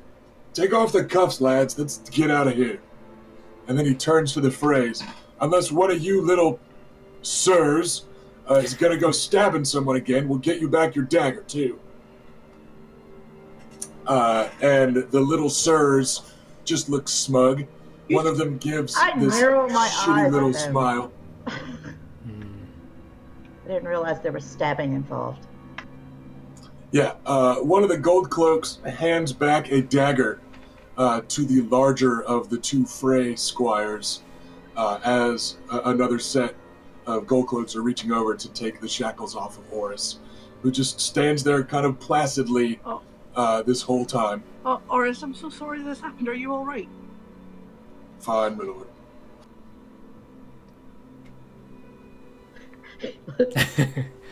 What happened? Wait. Gonna need a little bit more than that, Horus. What? That shouldn't have started a fight, my lords, my ladies. Sorry. Just got these fancy new clothes and I've brought dishonor on the house and you lot. Shush. If Just Brawl's what gotten happened? dishonor on this house, we can. Like, they were probably asking for it. Like, did they start something? What did they say to you? They was in line behind me, signing up their uncle or something for the lists, and one of them said, "Fancy new clothes. Looks like a squire for them butchers of House Nymerian." And his voice goes all like high-pitched and sing-songy, and the little rat-faced one looks indignant for a moment. He goes, and then the other one says, "Oi, you!" And he gives me a shove. And he says, "Which one you squire for? The sluts, the cripple, or..."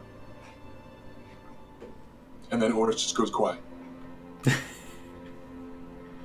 Well, you know what? You were defending our honor, and, well, there's nothing wrong with that, okay? So I punched him. I'm job. quite right. And then the little one punched me, so I punched him too.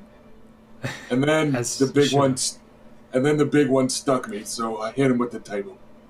Well, that was crossing a line. Bringing a knife No. to a fist fight is not good. That's Yeah, dishonorable. the I'm looking right at him when I'm saying that.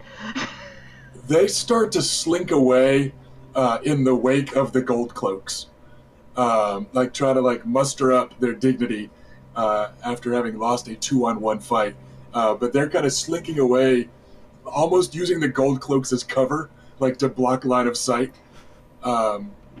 And yeah, you can see the squires and the knights back over at the table. They give Horus a dirty look, and one of the table legs is broken, so there's an extra squire over there, like holding up the table now. Oh, no. Horus, I'm proud of you. You know what? So am I.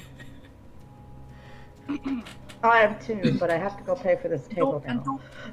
And don't worry about the clothes. That is all fixable. What's important is that you're all right. It's just a dagger. I'll be fine, my lord. And he kind of looks away again, just kind of sheepish and blushing quite colorfully against those red clothes. But yeah, I suppose I picked good colors for disguising it. Right? I'd like to get the attention of the Freys as they walk off. yeah, you are socially nimble enough that you can glide through the crowd and kind of cut them off. So go ahead, Luke. Excuse me, good sirs. They turn around and give you a gross little boy lip-curling sneer. I What place a you- hand on my short sword. What? Next time you have foul words to say about my house or me, I suggest you come to me. What? You know where to find me. You gonna stab a squire? Ah, big Dornishman, picking fights with squires. Ah! It'll be a short one. Blow it out your arse, you fucking cowards! Yes! And they just kind of sneer at you, like one of them's probably about to make a joke about it's a short one, but then they see that the rest of House Nymerian is looking their way, and like Adam is yelling and stuff, and They just do like mean little boy laughs as they run off. The sort. 12s and 13-year-olds are fucking sociopaths, and they keep that up. They just look terribly pleased with themselves. The bigger of the two with his gleaming little piggy eyes, and they go running off. He throws his tooth at you before they vanish into the crowd. Like maybe it's like a Riverlands insult, who knows? They. Joke's on him, now he doesn't have his tooth. So we gotta remember to throw body parts at people. As an insult. I let off a loud laugh, and I turn around and re-approach the group. I mean, in fairness, who knows what to do when someone throws a tooth at you, right? Like, it doesn't happen. Right, it's that. What do you do? So, you get it? You throw it back? Yeah. So, they go skittering off like little cockroaches, minus a tooth, which is weird because cockroaches don't have teeth, I think. Over at the tables, you're getting kind of dirty looks mostly from like the young squire whose job is now fucking table leg. Like this is how he's spending his afternoon before squiring at his first tourney ever, is holding up this table. And Oris just looks like sheepish about it all. Like he's still just like, kind of kicking himself. But that can basically be seen. If you want to toss them like a silver piece or two for the table, that would be more than enough. For the table. Yeah, I'm definitely going to do that, and kind of quietly just sort of just very, very lightly touch Oris's arm and say, look, it's all right. Don't... If this is the worst thing that happens, then it's over with. It's fine. Right? To be clear, Oris has like blood on his trousers, right, from the stab wound. Yeah, it looked like it kind of caught him on the hip, kind of between the pants and the top. So clothing itself is not torn. There's just a little bit of blood going down the black pants. And that's what he looks worried about. Like as you guys are walking away and he's out of the cuffs, he's kind of like trying to like swipe at it a little and just lets out.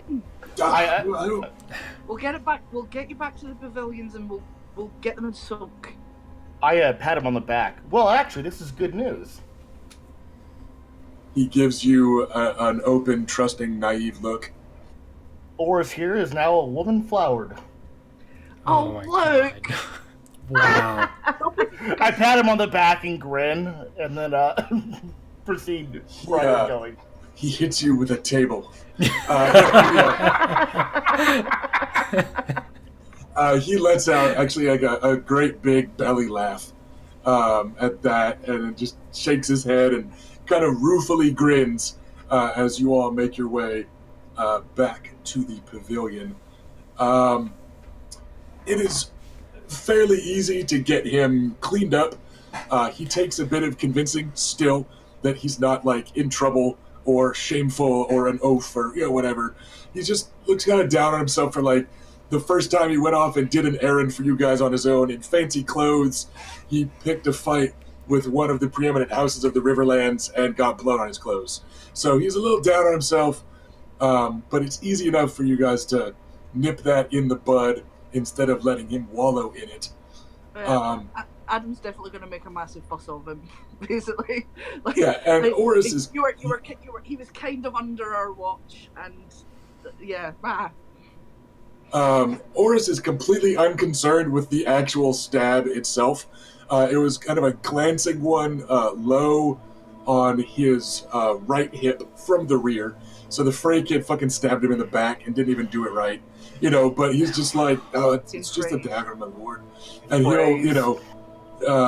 so it's easy to, getting him bandaged up is no big deal. He did not take an injury or a wound from it. He has more hit points than that. And if he had taken an injury or wound, he might have killed somebody because he has Berserker. So he's fine. Everything's fine.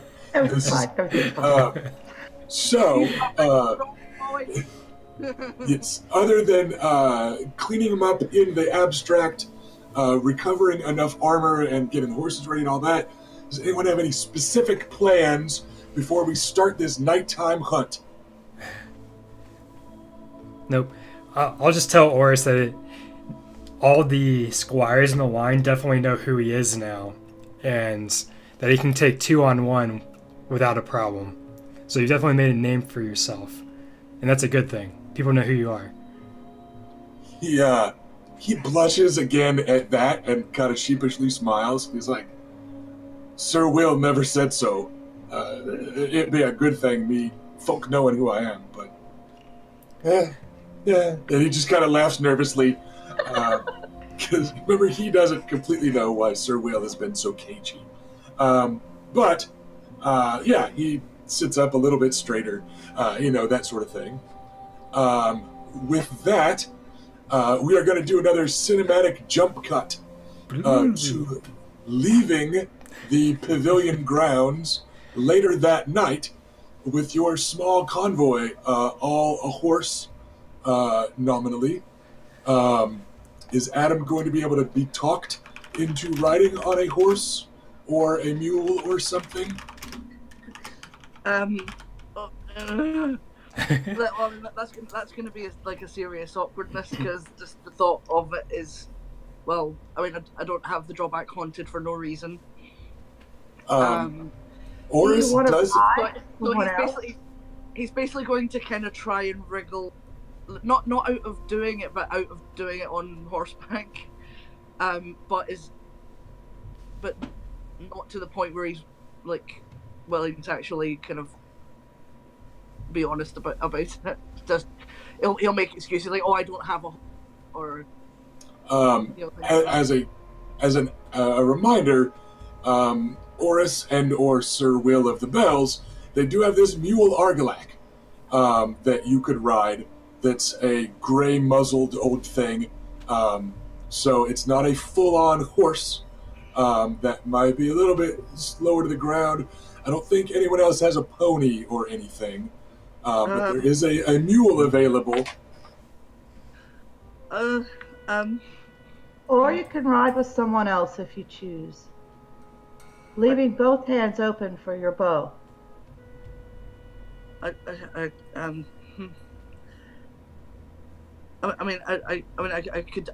could follow on foot. I mean,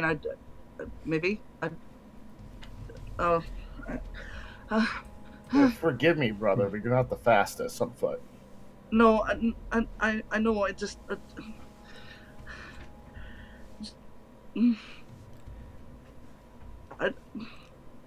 Adam, you can do this. Just want to give Adam a hug. I do. But instead, are his sisters going to force the issue? I'm not going to force it. No, Adam. If you're not confident in coming with us, you'd be better to stay back. I'm confident. I can do things. You know what? Yes,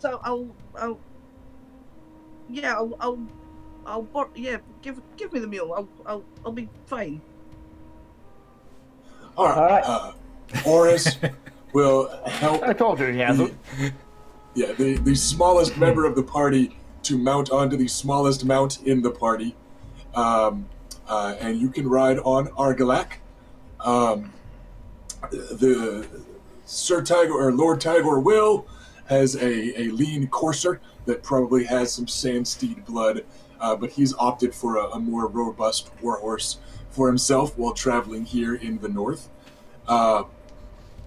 Sir Jorah's Landseer has an ancient Roundsea, looks about as old as he is, and it's all gray around the muzzle also.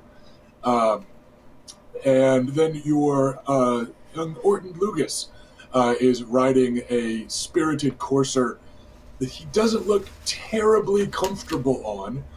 He's wearing well-oiled ringmail and has a sword on his hip that he keeps reaching down and checking on. You could tell that it's not like an everyday thing for him, but he's out here with you. Sir George Lancier is in old and battered splint mail, and the Will of Will is going lean, perhaps because it's nighttime raid type of thing, and he's in dark leather armors, or dark leathers. He's got a reversible cloak that he reverses as you leave the tourney ground. On the outside, it's that bright yellow with the serpent biting a heel of House Will, and he flips it, and it's a not quite black on the inside. And you make your way into the woods for a time. Everyone give me a survival roll. Yeah, I know. I hear you're mad cackling.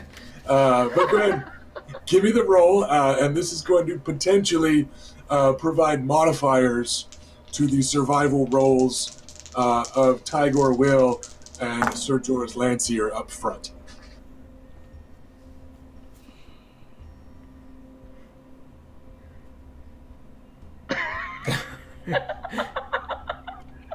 I rolled a 7. That might be our highest. I mean, I think- okay, 10. Erica got a 10. Yeah, I have a 10. Okay, I'm a city boy.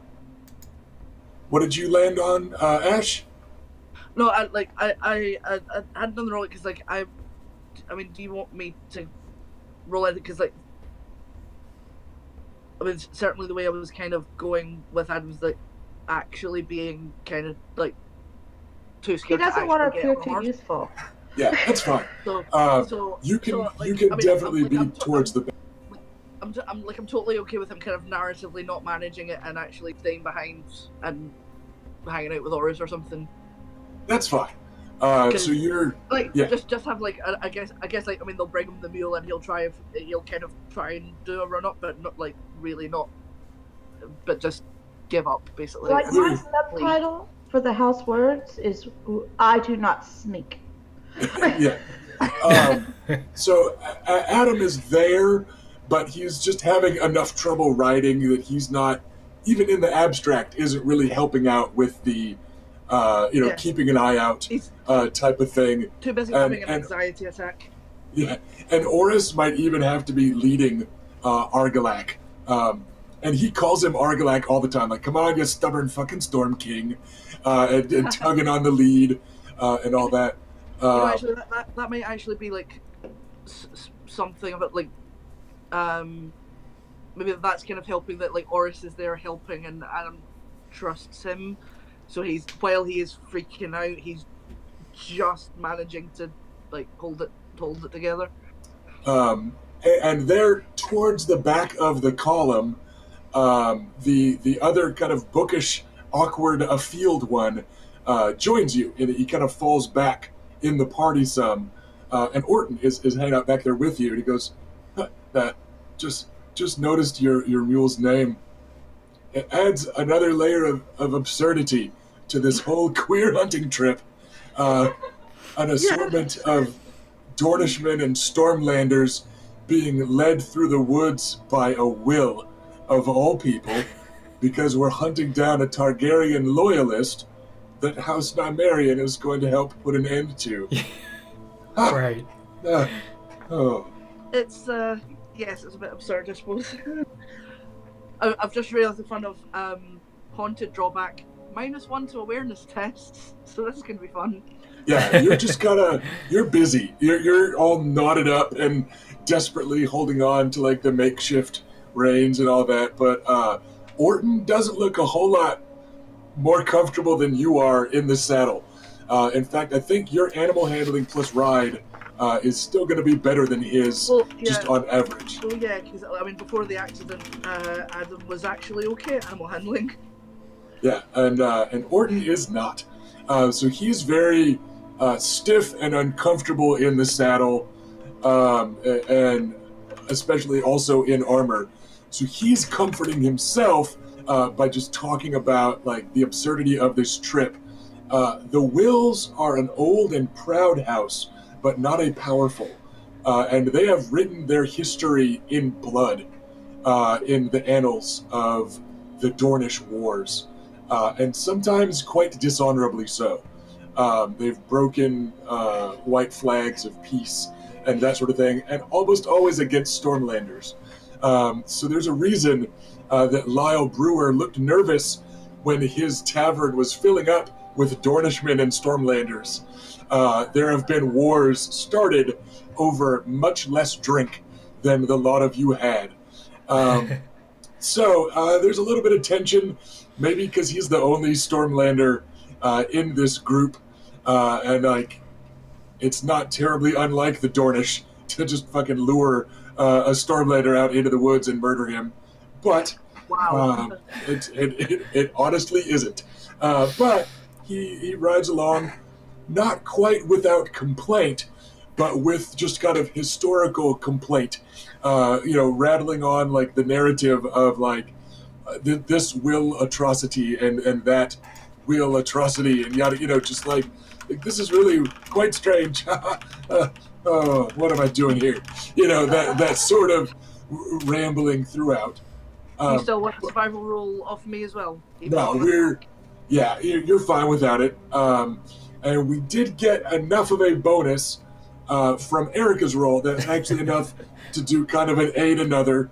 That before long, the ones out front, the doddering hedge knight that claims to know the woods, and Sir Tygor Will, who's just kind of lean and dangerous in general, they have unhorsed. And they're waiting for you up ahead. And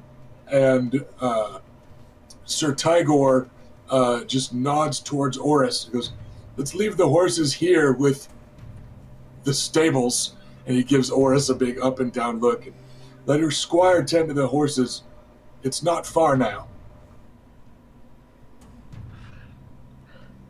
Thanks. Okay then. Just now. All right, let's do it. I dismount and follow. Yeah, So- Adam kind of half falls off in the eagerness to get off the mule. So we're in our regular armor, right? Like my Oh, yeah. scale. You could be. If you wanted to wear soft leather or padded instead, by leaving off the heavier bits, you could. But yes, you are in not the brand new armor you just bought, but armor up to what you had prior in the abstract. Which, keep in mind, is also a penalty on stealth tests. If you are trying to sneak. Yes. So, the Will of Will looks the lot of you over and just goes, "Count to 100, then follow Landseer in that direction." And then he ghosts off into the woods on a circuitous route because he doesn't want you lot giving him away. So, Venice is gonna be pissed he missed this.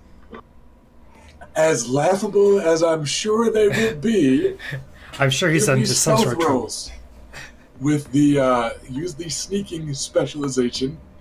Give me that roll, and don't forget to knock off your armor penalty as needed. And let's see just how low we can get. I take it this is a One. situation of we're as sneaky as our least sneaky members. That is, armor. yes, that is exactly correct. So I wore the quiet soft leather for nothing. Well, you could have snuck off to the side too. You know what? I could totally do that. Yeah, okay, you can go on your flanking run with Tygor Will instead. You will be allowed to. So, it looks like we're mostly going to be concerned with what Adam ends up with on that stealth roll. Right. Stealth. Oh, my stealth is shit though. Yay, it's a Nymerian theme! We do not stealth. We That's have 9. soldiers that That's do not very that. good. You got a what? I'm sorry. 9. Okay. Well, that's 9 times better than your sister rolled, Yeah. so just think of it that way. And, You're way better. I'm finding all the But, roots on the yeah. ground from the trees. So, the lot of you and the split mail wearing Sir Joris Landseer, you do not sneak. You are actually hollered at from a small clearing up ahead. You can see there's a very small cook fire up ahead that's kind of half concealed behind like a downed log and that sort of thing. And just as you're able to kind of note that fire, you hear a challenge from up ahead in a booming voice that kind of reminds you of like the Master at Arms back home or Sir Adam. It is a battlefield control voice that nightly yell. Excuse me. And it shouts, "Who goes there? Halt in the name of the king!" And because this is a cinematic game, you hear a sword being unsheathed and that sort of thing. There's that metallic hiss up ahead. And you're able to make out 3 figures in a clearing up ahead. The one that's yelling is on horseback and hard to make out in the moonlight where night ends and Warhorse begins. So he's looming over you, and then there's a pair of them over towards the cook fire that aren't wearing any armor to gleam, so whatever they're in, it's not as light. And they look just like ghosts in the darkness, ragged, threatening figures in the small clearing up ahead. And with that, we are going to call for initiative rolls. So remember, in this game, that is a quickness or an agility roll using the quickness specialty if you have it. And again, armor penalties apply. I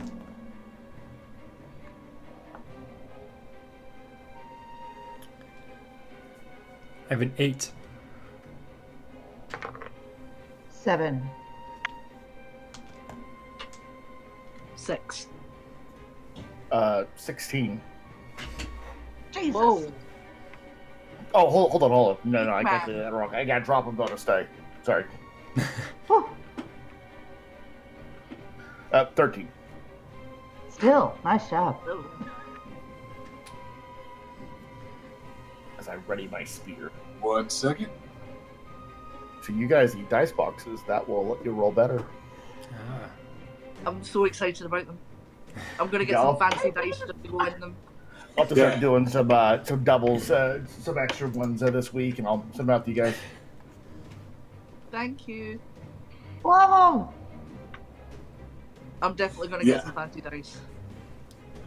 So, as a reward for the good luck that comes with having a cool 3D printed House Nymerian dice box, you are actually up first, Sir Lucaris. Okay. I'd like to engage one of the opponents here with my spear. And Okay. like usual, Lucaris is actually in his armor and holding a spear that is just a small sword. You guys probably haven't seen him like this since you've come to town. We haven't. You have a shirt on. There's no guarantee there's a shirt under this. So, we're going to say that the guy on horseback is moving towards the group, so he's actually the closest right now. You could reach him and melee with him, or you could move up and like throw your spear at the brigands that are a little bit farther back. Which of those? Yeah, I like to engage the guy on horseback. Okay, so you move up and start a stabbing. Give me an attack roll. Okay. Ooh, that's good. That is 19. Ooh. Sorry, 1 second as I go back to the correct page because my fan just messed it up and blew the book to the wrong entire freaking chapter. A 19 is, in fact, a pretty solid roll, however. So he is going to... Okay, a palpable hit.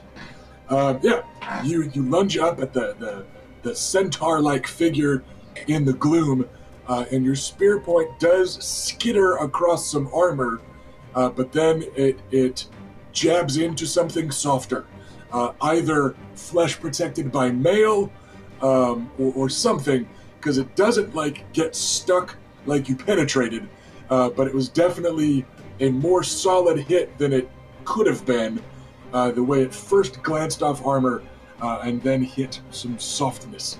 So you get a grunt of pain from the shadowy looming figure atop his warhorse, but first injury, at least, appears to be yours. Up next are a pair of 10s, and I'm actually going to break this one in favor of the Will of Will, as the first of several handy, convenient coincidences that go the way of House Will, some of them narratively behind the scenes, because House Will got our royal boon from last session. Yay. So, your cousin is going to cut in line a little bit instead of comparing attributes to determine a roll-off. And he is going to make with a stabby, having soundly beaten the passive awareness of one of the brigands in the back. He has 7 dice to roll, and it gets to keep 5 of them, which is good because some of them were not great. That is 20 against that is a solid hit.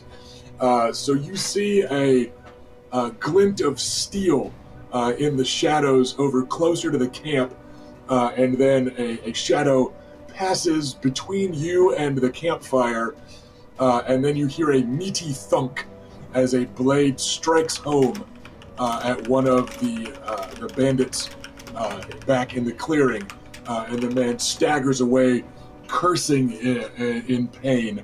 It looks like a pretty solid hit, because the curses are very kind of weak and wet sounding. But the other 10 was this big guy on a horse who does not move. So in the abstract, one of the benefits of this is he's going to use a lesser action to control his mount in combat, and he's not moving. So the abstraction he gains is a +2 damage to his attack roll, or +2 damage on his weapon, because the horse is kind of hoof bite in D20 fashion. He's using the bulk of the horse against you, etc., etc. And he also, because he's on a war-trained mount and all that, gets to add his animal handling to his roll as bonus dice, which means he is rolling almost all the dice I got in my handful today. The good news is he only gets to keep his fighting score in them. The rest of them are going to be bonus dice. But the bad news is he is dropping 5s as bonus dice in this roll. So what is your combat defense, Sir Lucaris? It is 9. Okay. Well, the good news is he does not have the extra +1 he needs to get that last degree of success. He was 1 point away from another degree of success here. Rusty, it's actually 11 with my shield. Okay, that is still pretty solid. That said, as a reminder, something you can do with a destiny point is remove a kept die from someone's roll. He will lose a degree of success if you do that right now, Luke. You want to go ahead? Please. That is a good call. So you're able to kind of use luck and your talent and combat experience, and you kind of stab on one side and juke to the other side, but he is still going to hit you for 12 points of damage. So you get to subtract your armor rating from that. Yeah, so 6 points is still a pretty palpable hit. He brings his sword down, and you're able to partially block it with your spear, and he just slides the blade along there, And luckily you've got on decent gloves as part of your armor set, so you didn't lose half your fingers, but it's a stinging blow nonetheless. And he sees you and sees a couple more behind you, is actually taken aback for a moment, staring right at the heir to the house. And he's yelling, "The heir! Prince Rhaegar! The Dragon Prince turns on his father! To arms! To arms!" Yeah, you're pretty sure this old man's crazy. He's mad. Just maybe. Mad as the old king. Which brings us to an 8, which is our next initiative, and that is the Lady Bela. Yeah, so I'd like to go and assist my brother by eliminating this man on horseback. Okay, you can charge if you'd like. That's gonna lose you one die, one kept die, but it does get you a +2 damage, or you can move up and attack. It's your choice. Can I tell what kind of armor he might be wearing? It's pretty bulky. It looks like it's some sort of plate. Oh. Ooh, that's a tough call then. Extra damage is helpful for stages, but I need to be able to actually stage it up as well. Yep. Yes, I'll charge, and we'll see how it goes. All right, so with the Valyrian steel of Sunfire at the fore, Bela comes rushing out of the underbrush and gives the guy a stabbo. So sling those dice. You've got your fighting plus your spears, plus you get a bonus for the quality forging on that Valyrian steel. So roll everything like normal, and then you're going to keep one less die.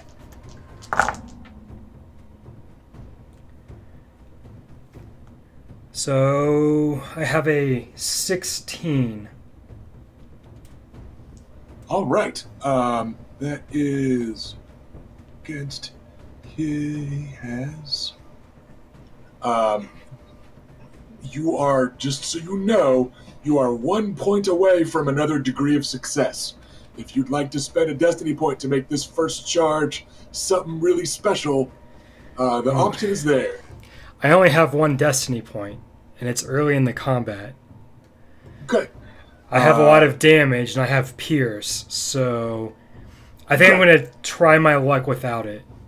There's no shame in trusting your Valyrian steel.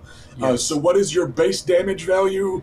I mean, with the charge, etc., etc. So with the charge, I am base 7 damage, and I do have pierce 1. All right, so you're going to ignore 1 point of his armor, which he is not terribly happy about, and base damage 7. Okay. Unlike your brother's strike, this one does not initially skitter off of plate. You feel it bite into plate and sink in, and you've got to kind of twist and wrench to pull it free, and there's that scrape of Valyrian against inferior steel that just parts beneath it like butter. And glinting in the moonlight is the layered kind of Damascus pattern of Sunfire, your ancestral weapon, that does have red on it. So you have drawn blood with that. And he does not look very happy. So 1 second. What is your combat defense, Bela? It is a 9. Okay. You will get hit for 12 points of damage as he pulls back on the reins to try to kind of minimize that stab. His horse rears up and the hooves kind of flash out at you. And then as the horse thunders back to the ground, he lands a heavy overhanded blow with a big long sword. His arming sword just crashes right down at you. And that was some pretty hot dice for him. Good for him. That brings us to our 7s. Lady Reyna, you are up next. All right. My Luke and Bela are on the mounted crazy guy. I will... Wait, which one? And then one of the other two was engaged by Lord Tigor. Your cousin, the Will of Will. Yes. I will attack the other one. Okay. I'm going to say you're going to have to charge to reach that guy at this risk, because they're on the other far side of the clear. Push to talk. Alright, charge. Move up to twice movement, make a standard attack. -1 die to the attack test. Right, so you roll everything like normal. You've got your fighting, plus your long blades, plus your expertise, but then you keep one less die than normal. Okay. It's going to be rolling 5, keeping 3.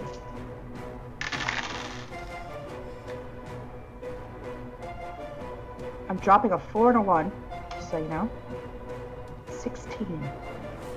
Okay, and this is engaging the other brigand in the clearing? Correct. Not the one that's already here? Okay. As you close up, you can see the one that got stabbed is flailing with a wicked battle axe in his hand, and the one that you just ran up and stabbed actually had a crossbow in his hands. And you foul that shot, kind of barreling into him with the crossguard of your sword and all that. With a +2 damage from the charge, what's your base damage with that sword? Sorry, push to talk. The base damage is 4. I have +1 for Castle Forged. I have... No. Castle Forge gives you a +1 on the attack roll. Okay. Well, then I hit by 1 more. Does that make a difference? It did not. You were not. You just got a new degree of success from it.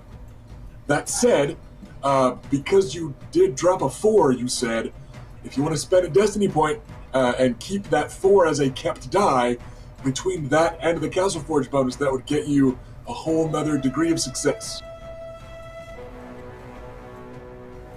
Not this time. Okay, so your base damage is 4, +2 for the +2. charge. We're looking at 6, right? Okay. Yeah, you run up and you give him a good stab low in the belly. You kind of bash the crossbow offline and stab him lower than you normally would like, and he kind of slumps backwards, staggers away a few steps off your blade, and now those two are up, also at 7.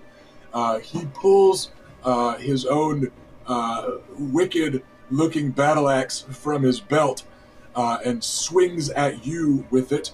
What is your combat defense? It is currently an 8. Okay. He just missed another degree of success. So you kind of lucked out. You're looking at 4 damage from him, which I think your armor should handle most of, if not all of. It handles all of it. And the other one, I'll catch that blow on my shield. Yeah.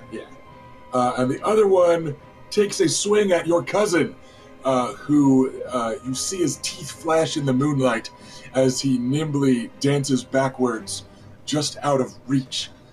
These two are both suffering wounds, which are slowing them down significantly. But up next, we've got Adam at 6. Okay, he'll have drawn his bow already when things are kicking off, but I'd like to use aim to focus on one of the brigands. All right, that gets you +1 bonus die. So you've got your marksmanship plus your bows, +1 bonus die from that, and that's going to probably hurt somebody. Right. Are you going to shoot at the one that is fighting your sister, or the one that is fighting your cousin? One that's fighting my sister. And cousin. Okay, so right, marksmanship, bows. I've got expertise for bows as well. That's a kept extra die. Right. Okay. So So it's a rolled and kept. Yeah. Cool, so I'm rolling 5 for that then. That's 7, 8. Did you remember the bonus die from aiming? I did not. There you go. Okay, so I get rid of that one. Cool. So I've got 12, 14, 18, 21. Ouch. Your base damage, please. Oh, right, okay, that for a bow is... Yeah, they're agility based. I think it's agility +1, maybe? I've got a superior hunter, so I just need to double check. Hunting bow. Yeah, oh no, it is just agility, so it'll be agility +1. I think Well, my remember agility- the superior craftsmanship is a bonus to hit, not damage. Ah, right, okay, that's fine. So that's 2 damage then. Okay, so 2, but you've got enough multipliers on there. Yeah, that guy dies.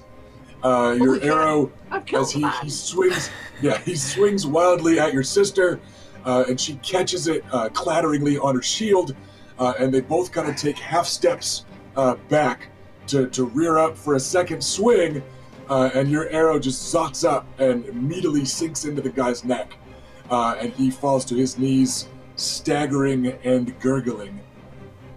Up next will be Lugus at a 4. He is going to lesser action draw his sword and lesser action move noisily through the underbrush to kind of catch up and get into fighting distance. He's got his sword in 2 hands, kind of shakily, and you hear him go, "Oh, I forgot my fucking shield. Why did I forget a shield? I never take a shield anywhere. What am I doing here?" Just kind of steady stream under his breath as he kind of moves into the clearing noisily, but his sword is out and ready, and he showed up. That's going to loop us back around to Sir Lucaris at 13. Okay, this guy hurt a lot, so I want to kill him. He's bleeding at least. And he's still raving as he's swinging these bone-jarring hits down at the pair of you. He's shouting about traitors and the one true king, and even the Targaryens have turned on the Dragon King Aerys, and yeah, just all that good stuff. Hey, did our crazy guy get to go? Your hedge knight has not acted, no. Okay, You do not see him. super. He's got Yeah. lost or something. He had a stroke out there in the woods. You guys are focused right now. Can I move myself so I'm flanking this guy between me and my sister? Well, You can. I mean, there's not really full D&D spread of 5-foot moves and all that good Right. stuff, but it is a good idea. So I will give you both +1s on your attack rolls. okay, then I'm going to return the attack and stab at him. All right, give me a roll.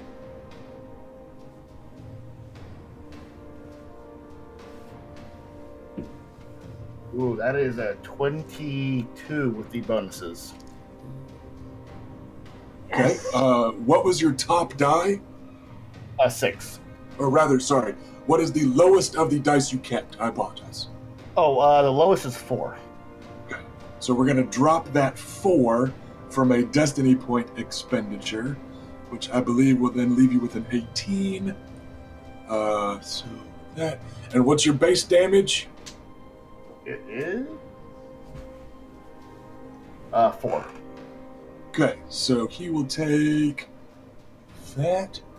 We'll go ahead and call that an injury. So he will berserker attack you. Huzzah! That is not a great roll. That's a 13 to hit you.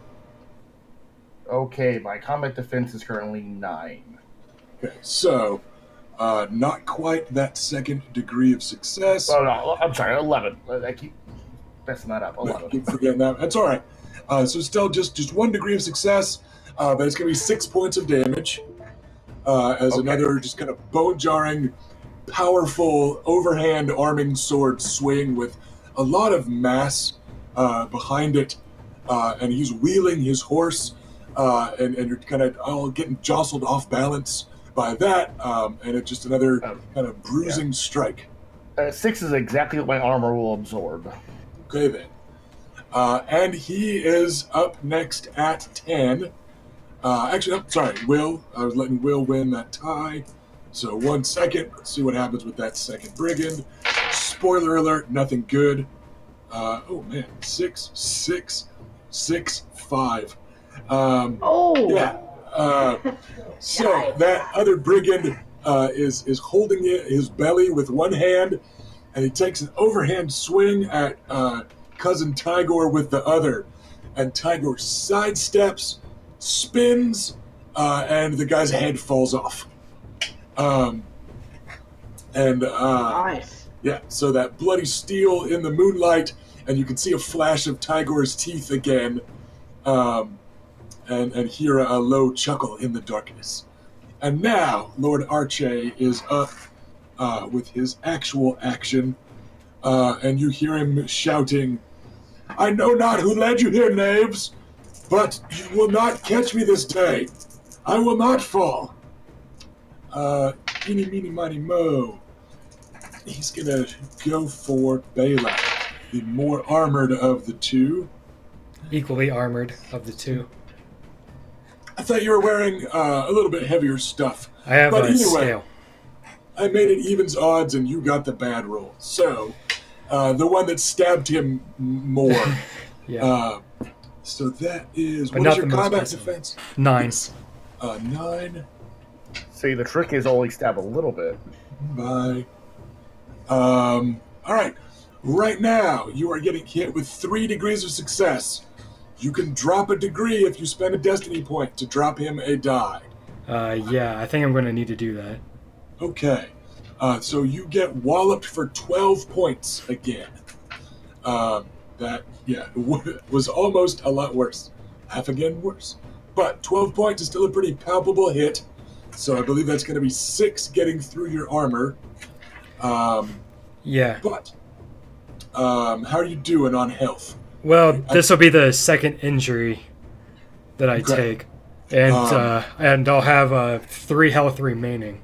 Yeah. So it's not too bad. Injuries heal fairly quickly. So it's a high one. It's just he's circling, using his horse for both aggression and defense, and just raining these blows down. And you catch it on your spear, and you kind of glance it away from you, and it still just smashes down on your collarbone. Doesn't penetrate your armor, but it hurts. It's almost knocks you off your feet. This guy is just dropping bombs, and you are up at 8. Sorry. So I'm going to try to attack, and wishing I was on my horse as well, because this feels unfair. That's because it is. But you can use a lesser action to aim first, and that would get you +1 bonus die. Okay. It's kind of a standard if you're not moving in a fight. So yeah, it's going to be fighting plus spears plus an extra bonus die. And then... How do my... injuries are -1 per injury, but you've got a +1 for Valyrian Steel, and a +1 because you guys have them outnumbered and surrounded. Okay. So the bonuses and penalties are going to actually cancel out. Gotcha. So it's going to be rolling a bunch of dice and keeping most of them. Yes. I have a 22. After all that. Just missed him. I'm just kidding. That is a big fat hit. So not charging. What's your damage? 5 with Pierce 1. Right. So that is going to be lots of damage. That's going to be another freaking wound.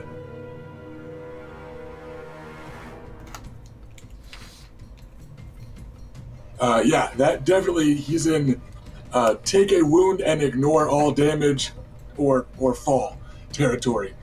So that one sinks in deep. Again, you adjust your aim lower and wedge it up where he's only protected by mail, low in the belly, and you drive it in basically to the cross guard, and it's a nasty one.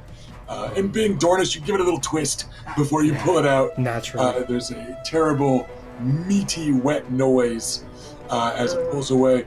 The good news is you only get Berserker once around, so he's not able to take, which gets us to our 7s.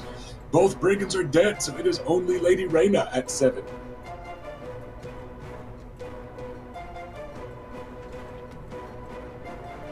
Turn around and look at the other crazy knight, Sir Fox.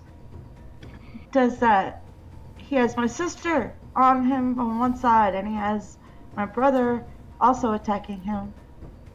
Yes, they are. He is whirling madly with shield and sword, and just this wall of horse flesh and armor. It's spinning and attacking, and his horse is kicking and biting. And yep, he is flanked on both sides by your kin.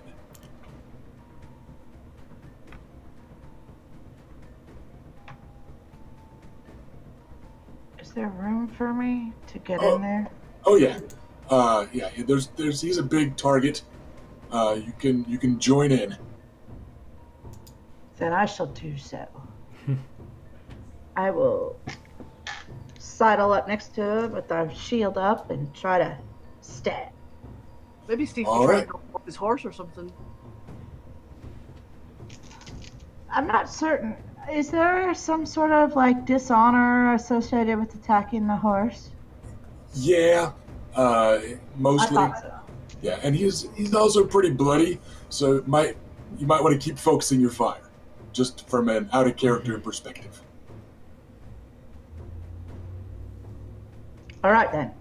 This is just a regular attack. I don't have to drop any dice or anything. I mean, you can charge if you want to. If you want the extra damage, it's your call. No, that's okay. I will be rolling 5 and keeping 4. So you move up and give him the old stabby.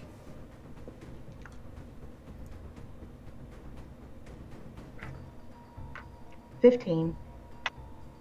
All right, that's not terrible. What's your base damage? Sorry.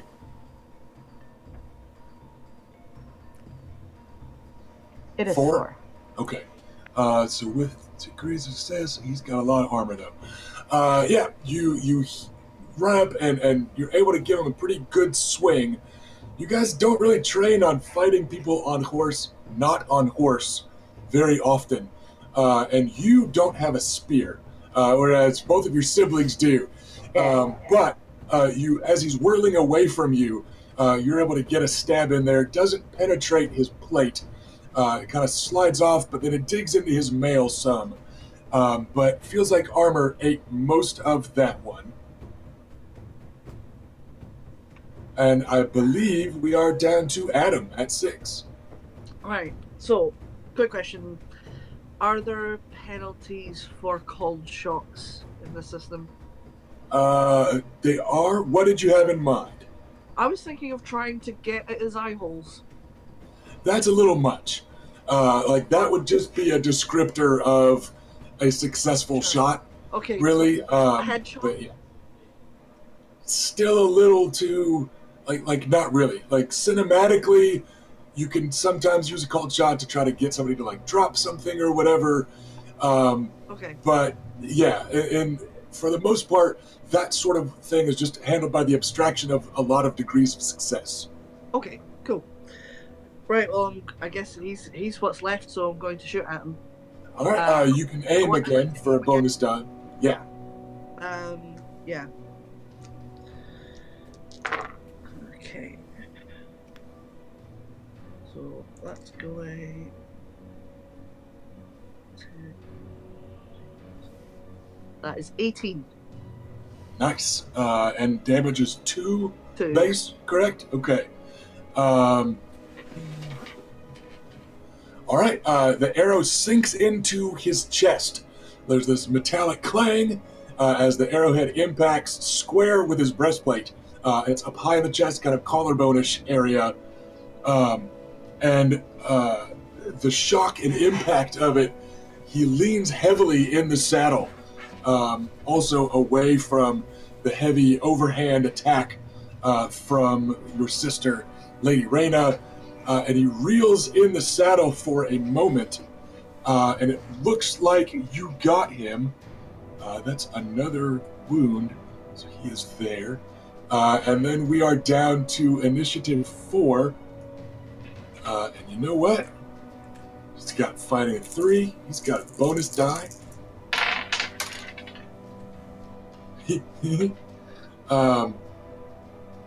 And he's going to spend a destiny point to keep that die, which is going to give him a 16. So, as Lord Clayton Arche is reeling in the saddle, spitting increasingly wet-sounding and bloody curses, he's got like a fantastic drooping white mustache that's like pink with blood now from torso shot after torso shot. And he goes reeling in the saddle from these most recent attacks. And Orton Lugas closes the distance with an absolute like chopping wood overhand two-handed swing of his sword. Not a lot of finesse and training and stuff behind it, but he is technically Sir Orton Lugas, and a Lugas learns how to use some stuff, but with that destiny point expenditure, that's going to get him another degree of success, and he runs up and hacks square into Lord Clayton Arche's face. Wow. So that male coif doesn't do much to help, and it knocks both of them off, like down. So Clayton Arche falls from the saddle, and tumbling in atop him in a tangle of awkwardly heavy mail and a sword stuck in a skull, is Orton Lugas, who is able to haul himself up to hands and knees and then vomit on the ruin of Clayton Arche's face, which is right underneath him. And he just empties his stomach into the guy, or I was going to say onto the guy, but actually kind of into the way his sword just hacked right across his face. And that is where we're going to cut it for the session. Cut in on that killing blow. We'll joke about that later at the tavern. Yeah, we're going to cut to black there. Who is our current stream boss? I unfortunately cannot make it out. Who cares? It's Robert. I was hoping it wasn't me. All right, we've got a last call. Well, we got about 2 minutes. Somebody throw me, please. Wants to last minute beat that stream boss, because I'm not going to let Robert pick House Nymerian to get this royal boon. So we'll see if anybody can trounce him. But if not, thank you for joining us, everyone. Robert and I are going to talk, because it can't be Nymerian that he gives that royal boon to. We'll figure something else out. I wasn't able to get into all the fallout of House Will, because we kind of wanted to take our time, but there are more good things coming to House Will from last episode's royal boon. We didn't forget about you, so we'll pick it up there.